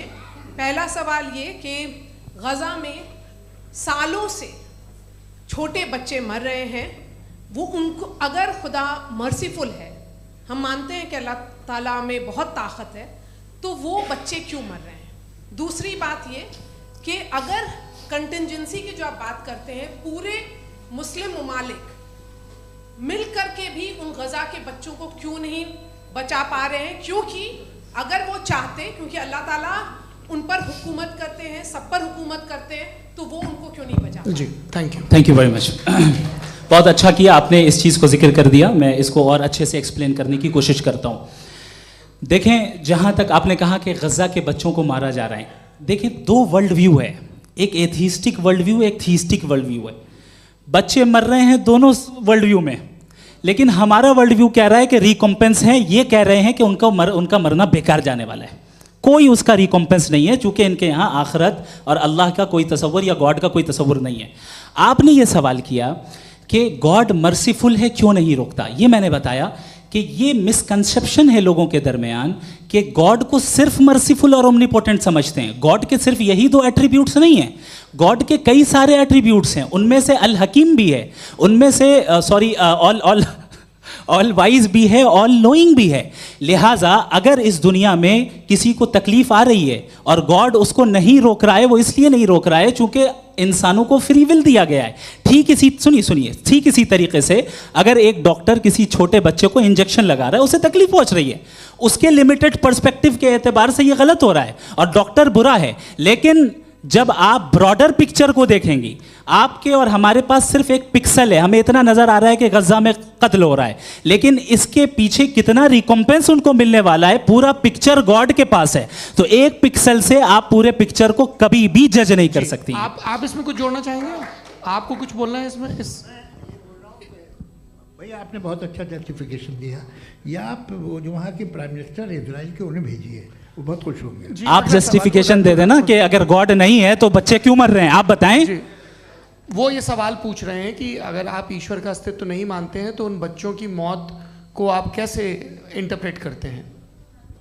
भाई ये दुनिया जो है, जो ताकतवर लोग होते हैं वो एक नाइंसाफ़ी करते हैं। तो ये अच्छा काम है आपके नज़दीक, तो नेचर नाइंसाफ़ी पे मबनी है। अरे मेरे भाई, आप नेचर की कहाँ बात कर, मैं तो इंसान की बात। तो फिर जब मैं इंसान की बात कर रहा था, आप नेचर की बात करने लग गए। क्रॉस एग्जामिनेशन नहीं। हाँ, अब आप मुझे बोलने नहीं देंगे तो अलग बात है, आप बोलिए, मुझे कोई जल्दी नहीं। जी नहीं, ये क्रॉस एग्जामिनेशन बोल तो लेने दीजिए। जी बोलिए। क्या बात ये है कि ह्यूमन सोसाइटी तभी साथ में रह सकती है जब वो मोहब्बत से, एकता से, एक दूसरे के एहतराम करके रहे। इसके अलावा पॉसिबल नहीं है, अकेले तो इंसान रह नहीं सकता। वहाँ पर कुछ लोग हैं जो फाउल करते हैं, वो फाउल हमेशा से तारीख में होता आया है। आज ये हो रहा है, जो हो रहा है बहुत बुरा हो रहा है, बहुत जालिमाना है, बहुत जाबराना है। उसको आप कहें कि ये बच्चों को कॉम्पनसेशन मिल जाएगा या इसकी इंजेक्शन है, इंजेक्शन तो हेल्थ के लिए दिया जाता है। आप ये कह रहे हैं कि ये बच्चों की जो धज्जियां उड़ रही हैं ये इंजेक्शन है, ये टेस्ट है, ये टेस्ट है, और उस टेस्ट में उनको ऐसा रिकॉम्पेंस मिलेगा जो आपके तसव्वुर के बाहर है। ये आप 3 बरस के बच्चे को बारूद से उड़ा के टेस्ट ले रहे हैं। वाह, वो नहीं ले रहा है, खुदा नहीं उड़ा रहा है, इजराइल उड़ा रहा है। जी, ये तो उसको कंडेम करें। अगला सवाल लेते हैं प्रोफेसर पुरुषोत्तम अग्रवाल। मुफ्ती साहब, एक निवेदन आपसे है कि कम से कम थोड़ा सा माइक क्लोज एक रिलीजियस और फिलोसफिकल कर मैं प्लीज, एक रिलीजियस और फिलोसफिकल ट्रेडिशन है जो ब्रह्मांड को यानी यूनिवर्स को ही अंतिम मानती है। सर्वम खलु इदम ब्रह्मम, this is Chandogya Upanishad, and it completely rules out the existence और नेसेसिटी, आपके शब्दों में necessity of a creator, the creation itself is the creator. तो एक मिनट प्लीज। दूसरा जो सवाल आपने अभी जो आप बार बार कह रहे हैं कि भगवान विद्वान भी है, वाइज, सब जानने वाला, तो अगर विजडम में दुनिया भर के पापों और अत्याचारों को बर्दाश्त करना शामिल है, तो फिर इसका मतलब ये हुआ कि अगर मैं फ्री विल से उसको अपोज करता हूं तो ईश्वर की विजडम और मेरी फ्री विल में कॉन्ट्राडिक्शन है। Because when I am opposing whatever is happening in Gaza, then I am opposing the God's will और गॉड्स विजडम। जवाब लेते हैं तो गॉड की विजडम, एक मिनट सर प्लीज सर, ये एक जुमला, गॉड की विजडम है कि गाजा में जो कुछ हो रहा है वो हो रहा है, मैं उसका अपोज कर रहा हूं, तो मैं गॉड की विजडम के खिलाफ जा रहा हूं। एक सवाल। दूसरा ये नहीं, आपने दो ऑलरेडी। सर आप और सवाल कर लें, लेकिन मुझे दो जवाब दे। सर, पहले आपने ये कहा, सुनिए मेरी बात सुनिए। भाई इजराइल के गॉड के मुताबिक तुम्हारा ठीक हो रहा है ना? नहीं हो रहा है, ठीक नहीं हो रहा है, मैं बता रहा हूँ क्या हो रहा है। आप तशरीफ रखिए, मैं बता रहा हूँ क्या हो रहा है। Let me complete please. एक सेकंड गाइस, एक सेकंड। ये देखिए, ऐसा है कि ये सब बड़ा आपस में विचार विमर्श के बाद ये तय हुआ था कि कुछ नियम बना लिए जाएं ताकि एक टाइम बाउंड बातचीत चले। और भाई साहब, आप बड़ा ज़रूरी काम कर रहे हैं, लेकिन कैमरे के फ्रेम में आके उस काम को गड़बड़ कर दे रहे हैं। ठीक है गुरु, अब मेरे को कहीं का गुस्सा कहीं निकालना था, सॉरी। नहीं, कोई गुस्सा नहीं है जी। तो प्रोफेसर ने सवाल पूछे, आप उनके जवाब दें, और थोड़ा ये सब लोग थोड़ा ख्याल रखें भाई, सवाल संक्षिप्त रखें जी। आपने दो सवाल किए। सबसे पहला ये कहा कि हमारे पास ये कॉन्सेप्ट है कि ये यूनिवर्स खुद नेसेसरी बीइंग है, creation itself is the creator. How irrational is this कि मैं एग्जिस्ट करूंगा बाद में, लेकिन अभी एग्जिस्ट कर भी रहा हूं, यानी एक ही टाइम में एग्जिस्ट भी कर रहे हैं, नहीं भी कर रहे हैं। This is not true. दूसरी चीज आपने कहा कि अगर इजराइल में, सॉरी माफ कीजिएगा, Israel doesn't exist, occupied Palestine में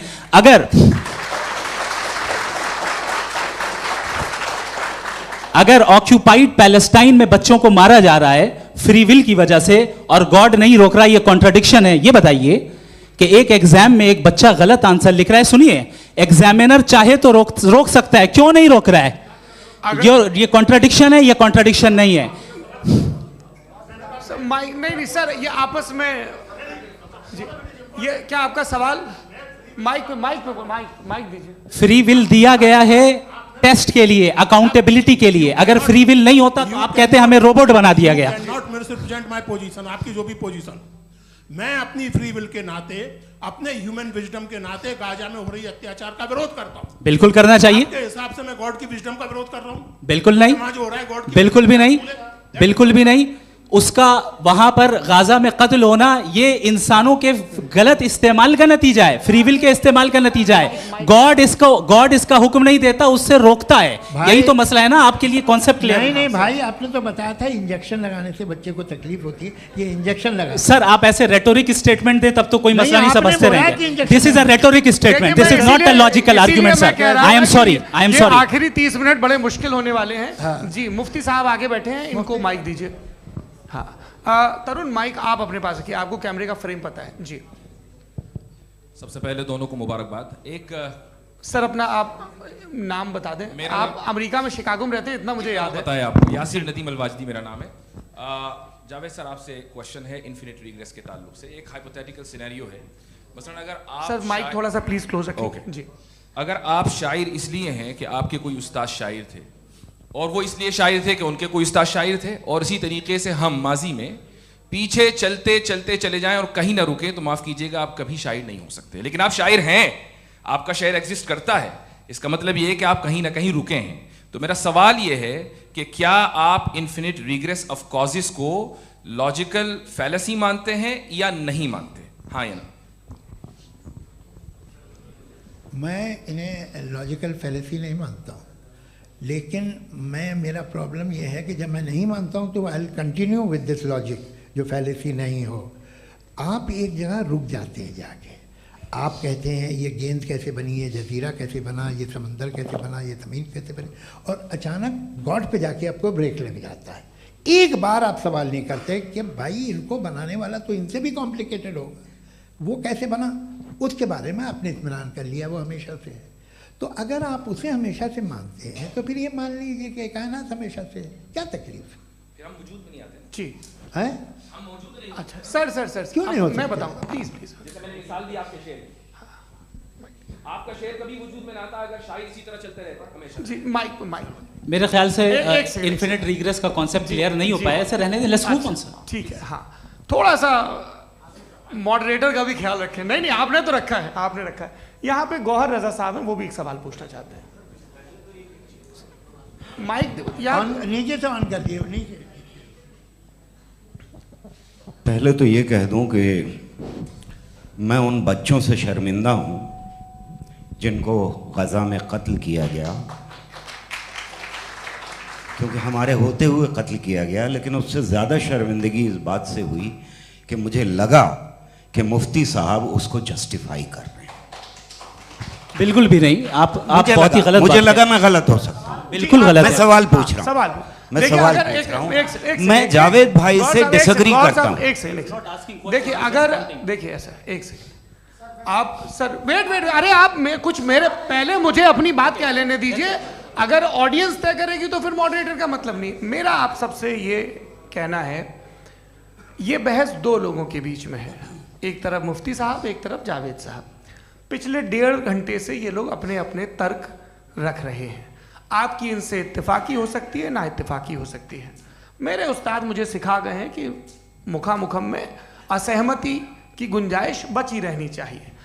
अगर मैं आपकी बहुत इज्जत करता हूँ गौहर साहब, आपने जो कमाल की किताबें लिखी, साइंटिफिक टेम्परामेंट, लेकिन मेरी ये गुजारिश है आप सब से कि यदि आप इन लोगों ने जो बोला उन पर टिप्पणियां करेंगे तो ना वक्त की पाबंदी रहेगी, ना वो अनुशासन। आप सवाल पूछ लें, उस सवाल में जो बात आ जाए वो आ जाए। मैं जावेद साहब से डिसएग्री करता हूं, इसलिए जावेद साहब से सवाल पूछ रहा हूं। आपका सवाल जावेद अख्तर साहब से। और सवाल ये है मेरा कि जावेद साहब ने कई बार लॉजिक का इस्तेमाल किया कि साइंस में लॉजिक है और रिलीजन में लॉजिक नहीं है। मेरा ख्याल ये है कि रिलीजन में भी लॉजिक है, लेकिन उस लॉजिक की बेसिस ये है कि आप रुक जाते हैं, जिसका जिक्र जावेद साहब ने बार बार किया, यानी खुदा के तसव्वुर पे आते हुए, गॉड के तसव्वुर पे आते हुए रुक जाते हैं। और इसमें सवाल पूछना मतलब फॉरबिडन होता है। सवाल ये है कि क्या जावेद साहब इससे एग्री करते हैं कि साइंस की लॉजिक अलग है और रिलीजन की लॉजिक अलग है? बताइए सर। देखिए, 3 चीज़ें हैं, साइंस है, एक है मंतिक है, इस्तिदलाल है, और एक जो है कुछ भी नहीं है, फेथ है, अकीदा है। मैं अकीदे की लॉजिक का कायल नहीं हूँ। मुझे आप इस्तिदलाल से, लॉजिक से, रीज़न से समझाइए, मैं मानने को तैयार हूँ, मेरा क्या नुकसान होगा। लेकिन ये कि अकीदे पे मैं नहीं जा सकता हूँ। अकीदे का मतलब है कि तुम ये मान लो, सवाल ना करो, ये नहीं। आप सारी बातें करके, बड़ी साइंटिफिक बातें करके एक जगह जाके खुदा के वजूद पे रुक जाते हैं, सरेंडर कर देते हैं। मैं सरेंडर करने को तैयार नहीं। दैट्स ऑल जी। ये आगे सर बैठे हुए हैं, इनको माइक दीजिए। भाई। वो आप पूछना चाह रहे थे ना भाई? हाँ नहीं मैं ये थैंक यू जी। आपका नाम? आसिम इफ्तिखार। आसिम जी, पूछिए। सर, जावेद सर से सवाल है कि आपने अपने माइक थोड़ा करीब रखिए। अपने क्लोजिंग स्टेटमेंट में ये बात कही थी कि मज़हब का जो फ्यूचर है वो ज़्यादा दिन नहीं जाने वाला है, लेकिन मैं देख पा रहा हूँ कि जो ऑक्सफोर्ड यूनिवर्सिटी की एक स्टडी है 2011 में हुई है, जिसके 50 एकेडमिशियंस ने इसको अंजाम दिया था, उसमें वो ये कहते हैं कि जो फेथ इन गॉड है वो इनबिल्ट है ह्यूमन नेचर के अंदर, जिसको हम कहते हैं फितरत के अंदर शामिल है वो। और वो ये कहते हैं कि अगर कोई ये समझता है कि मज़हब को वो ख़त्म कर देगा तो ये उसकी गलत फहमी है। तो आप इसके बारे में, इस स्टडीज़ के बारे में क्या कहते हैं? ठीक है, मैं उनसे एग्री नहीं करता हूँ। वो कौन से प्रोफेसर होंगे? ऐसा उनके क्या पास डेटा है, इन्होंने डेटा के बेस होगा। डेटा क्या हो सकता है? फ्यूचर का डेटा तो नहीं हो सकता ना उनके पास, प्रेजेंट का डेटा हो सकता है। डेटा आपने सुना 100 साल पहले का बाद का डेटा? मैंने तो नहीं सुना आज तक। तो आज उनकी ये राय है और होगी राय, ठीक है, दुनिया में तरह तरह की राय है लोग, लेकिन मैं समझता हूँ कि वक्त के साथ इंसान ज़्यादा से ज़्यादा रीज़नेबल और लॉजिकल होता जा रहा है। आज आप देखिए वेस्टर्न यूरोप में क्या परसेंटेज है नॉन बिलीवर्स की, बहुत हाई, वहाँ चर्च खाली पड़े होते हैं। तो अल्टीमेटली तो इंसान कोई ऐसी बात बहुत अरसे तक नहीं मान सकेगा, चाहे गलत या सही, जो उसे उसके दिमाग को, उसके जहन को, उसके लॉजिक को अपील न करे। वो कह रहे हैं तो ऑक्सफोर्ड के होंगे तो कैम्ब्रिज के होंगे, तो मुझे क्या लेना देना, उनका डेटा मुस्तकबिल का नहीं हो सकता है। जी दीपक, हाँ पूछिए। मैं आऊँगा अभी, पीछे की साइड भी आऊँगा, माइक वहीं भेजूंगा 2-3 सवाल के लिए। जी जावेद साहब, आपसे सवाल है। नमस्ते। अरे भाई सर, अगर आप ही लोग तय करना है तो फिर 200 लोग तय कर लें। नहीं sir, please don't do this sir. Everybody has a right sir, but we can only take selected questions. No sir, ये यंग लोग भी हैं तो इनकी ये अब उतने यंग, भाई आप यंग हैं कि नहीं हैं? वो कह रहे हैं वो भी यंग हैं साहब, आप उनकी नौजवानी पर दावा उनको ही करने थे। हाँ मुफ्ती साहब आप यंग, हाँ पूछे। अरे भैया सर मेरा सवाल ये है, इनसे भी तो पूछो जी। नहीं, बस आपसे एक सवाल है। जैसे थीस्टों के पास अपने जो ईश्वर को मानते हैं उनके पास अपने सोशल गेट टुगेदर्स हैं, 5 रोज़ा क्रिसमस आने वाला है, होली है, दिवाली है, ईद है। एथिस्ट क्या ऑफर कर रहे हैं? मतलब मैं इनकी दुकान से बोलूं मैं आना चाहता हूं उस तरफ, पर मैं अट्रैक्ट नहीं हो पा रहा हूं। मैं सोशल गेट टुगेदर्स क्या है आपके पास? वो ये कह रहे हैं कि जो धार्मिक लोग हैं, अलग अलग धर्म के लोग, उनके उत्सव त्योहार कॉन्ग्रेगेशन बहुत हैं। अब आपको मैं एक सुनाता हूँ, यहाँ हिस्टोरियन भी बैठे हैं, मृदुला जी आप बताइएगा सही है क्या। ये एक कॉन्स्टेंटाइन, एक ग्रीक रोमन बादशाह था जो क्रिश्चियनिटी आने के 400 साल बाद उसने डिसाइड किया कि मैं क्रिश्चियन हो जाऊंगा, मेरी पूरी स्टेट कैंसिल हो जाएगी। उस ज़माने में ऐसे ही होता था, राजा जो धर्म इख्तियार करता था वो जनता भी कर लेती थी, इसलिए कि वो हो गया था बैंकरप्ट, और उसे जो मेडिटेरियन कोस्ट के रिच क्रिश्चियन वो थे मर्चेंट, उससे पैसा चाहिए था। तो उसने कहा यार क्रिश्चियन हो जाओ। तो उसने अपने वजीर से कहा कि भाई ये हिस्ट्री है कि अब हम लोग क्रिश्चियन हो जाते हैं।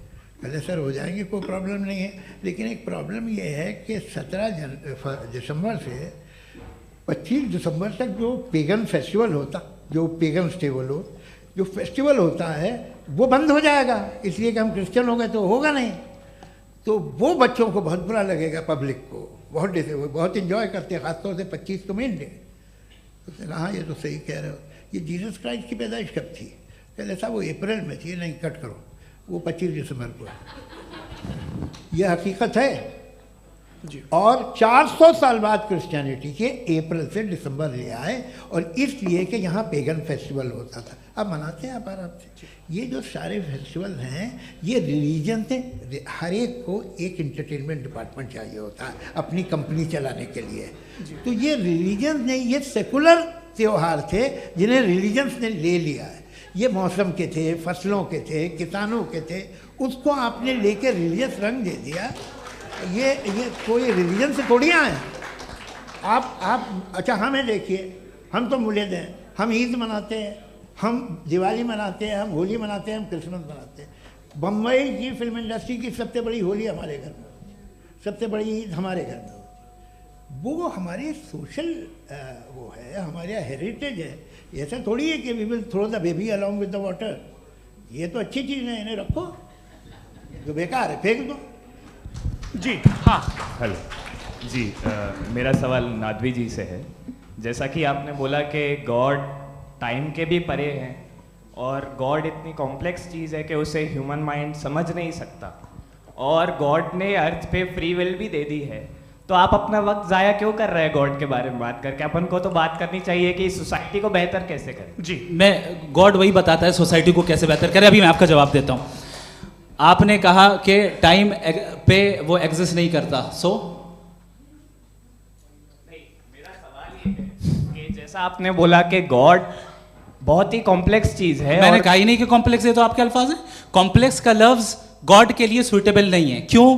क्योंकि कॉम्प्लेक्स वो चीजें होती हैं जो ऑब्जेक्ट हो। God is not an object जिसको आप इंस्ट्रूमेंट के जरिए लेबोरेटरी में जाके टेस्ट करें, oh it's very complex. No, वो कोई कार का इंजन नहीं है। मेरा वो फिलोसॉफिकली नेसेसरी बीइंग ऐसी बीइंग है जो सिंपल बीइंग है। हाँ, आप उसको मुकम्मल तौर पे उसकी तमाम हिकमतों को जान ले और हर चीज़ को जान ले, ये पॉसिबल नहीं है, क्योंकि वो ऑल वाइज है, आप ऑल वाइज नहीं है, और वो खुदा है, वो आपको सारी चीज़ें बता दे, ये ज़रूरी नहीं।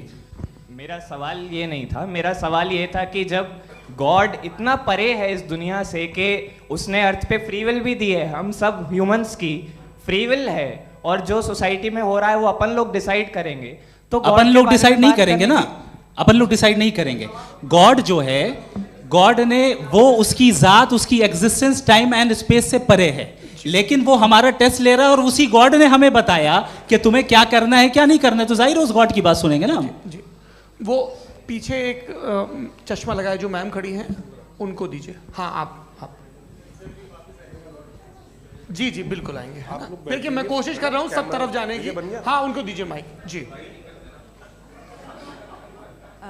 हेलो सर, मैं ओमनी प्रेजेंट नहीं हूँ, टाइम पाबंद हूँ और जहाँ तक कोशिश कर सकता हूँ करूँगा। जी, अपना नाम बताइए। मेरा नाम उर्सुला है, मैं दिल्ली यूनिवर्सिटी की एक स्टूडेंट हूँ और मैं स्टूडेंट फेडरेशन ऑफ इंडिया से हूँ। मेरा सवाल मुफ्ती जी से है कि इस हॉल के इस कमरे में बैठ के हम लोग रेप की मोरालिटी के बारे में फिलोसफिकली बात तो कर सकते हैं, बट असलियत ये है कि रोज़मर्रा की ज़िंदगी में औरतें रेप के थ्रू गुजरती हैं, और हम लोग सिर्फ नंबर्स पे इस तरह नहीं देख सकते, क्योंकि कितनी औरतें हैं इन कंट्रीज़ में जहाँ पे आप बता रहे हैं कि केसेस कम हैं, जिनका एक्सेस है कि वो जाके केस फाइल कर सकें। कितनी औरतें हैं जो जिनको काम करने की आज़ादी है उन कंट्रीज़ में। यूरोप में ये आज़ादी आ गई, यूरोप में ये रूल्स आ गए, तो हम आज उसके बारे में बात कर पा रहे हैं। जी, जवाब। आपने ये कहा कि कमरे में बंद होकर हम लोग इस पर फिलोसफिकली बात कर सकते हैं, लेकिन हकीकत में क्या हो रहा है, वो ग्राउंड लेवल पे क्या हो रहा है, जो बहुत गलत हो रहा है, और वो सफ़र कर रही हैं। आई एग्री, बहुत गलत हो रहा है, और जो गलत हो रहा है उसको हमें रोकना है। और क्यों रोकना है, वो गलत क्यों है, हमारे पास इसका ऑब्जेक्टिव फाउंडेशन है, इनके पास उसका ऑब्जेक्टिव फाउंडेशन नहीं है। मैं ये कहना चाह रहा हूँ कि जहाँ पे भी जुल्म हो रहा है, जहाँ पे भी औरत पे जुल्म हो रहा है, या उसकी इज्जत लूटी जा रही है, या उसे तकलीफ पहुँचाई जा रही है, और सिर्फ औरत नहीं, किसी इंसान के ऊपर भी जुल्म हो रहा है, तो उसके खिलाफ खड़ा होना, ये मॉरलिटी हमारे पास गॉड के पास से आई है। वरना जावेद साहब तो कह रहे हैं कि जो है मेजॉरिटी डिसाइड करेगी, तो मेजॉरिटी तो कभी भी बदल सकती है। क्या आप हाँ। ये थोड़ी सी आपको गलतफहमी है। मैं अगर मेरे जुमले से ये मदनत निकला या मैंने कहा, तो ये जुमला मैं वापस लेता हूँ, ये मेरा मतलब ही नहीं था कि मेजॉरिटी डिसाइड करेगी। मेजॉरिटी डिसाइड करे तो दुनिया में बड़ी, वैसे आपने कहा था ये जुमला। अच्छा, हो मैं मान रहा हूँ, बाद में रिकैप कर लेंगे। अरे एक सेकंड मैं अपनी एक्सप्लेनेशन दे रहा हूँ। मुनासिब बात यह है कि हम सब के सब दिल में जानते हैं कि क्या अच्छा है क्या बुरा है, हमें पता है अच्छी तरह से। जो लोग बुरे काम करते हैं उन्हें भी मालूम अच्छा क्या है।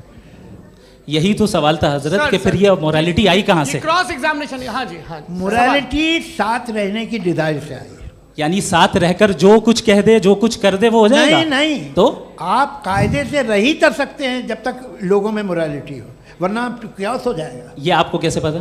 जी, हमने देखा ना, जहाँ मोरालिटी का क्यास हो गया, हम देखते हैं। कहाँ पे देखते भाई? तो दुनिया में आप जो कह रहे हैं, आप कहीं पे अगर गलत हो रहा है तो उसको आप गलत देखिए। आप एपिस्टेमोलॉजी की बात कर रहे हैं, मैं ऑन्टोलॉजी की बात कर रहा हूं। मैं इस बहस फाउंडेशन क्या है? आप दोनों लोगों को चाय पे होस्ट करूंगा, वहां पे क्रॉस एग्जामिनेशन कर लीजिएगा। अभी ऑडियंस का हक मार रहे हैं आप लोग भाई, सर जस्ट लोग हैं आप लोग। और ये भाई ये हाँ, उधर आएंगे, उधर जी सर आएंगे। अच्छा सर, मेरा नाम लईकुर रहमान है और मैं अलीगढ़ मुस्लिम यूनिवर्सिटी का स्टूडेंट हूँ, और जहाँ तक मुझे पता है कि sir you are also product of Aligarh Muslim University. मैं भी उसी चमन का बुलबुल। हाँ सर, तो बहुत खुशी हुई मुझे जान करके कि मैं आपसे मिलूंगा। सवाल सर, मेरा सवाल यह है, सर सैयद अलैहि रहमा का नज़रिया यह था कि खुदा के वजूद को अक़ल के दायरे में रह कर के तलाश करना, न कि पूरी तौर से उसका इनकार कर देना।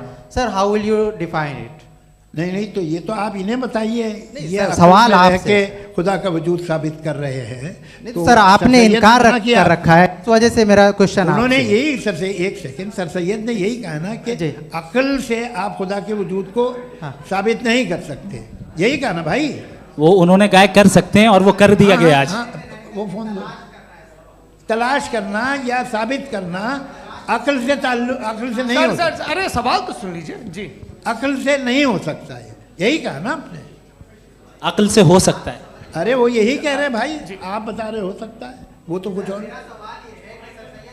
आप अगर सर देखो नौजवान फोन ले लो, वो इतनी कमाल की यूनिवर्सिटी है। अरे भाई दे दो ना जरा, एक मिनट दे दो भाई, मेरी बात सुनो, माइक पे बोलो ताकि जो लाखों लोग देख रहे हैं। माइक दे दो ना।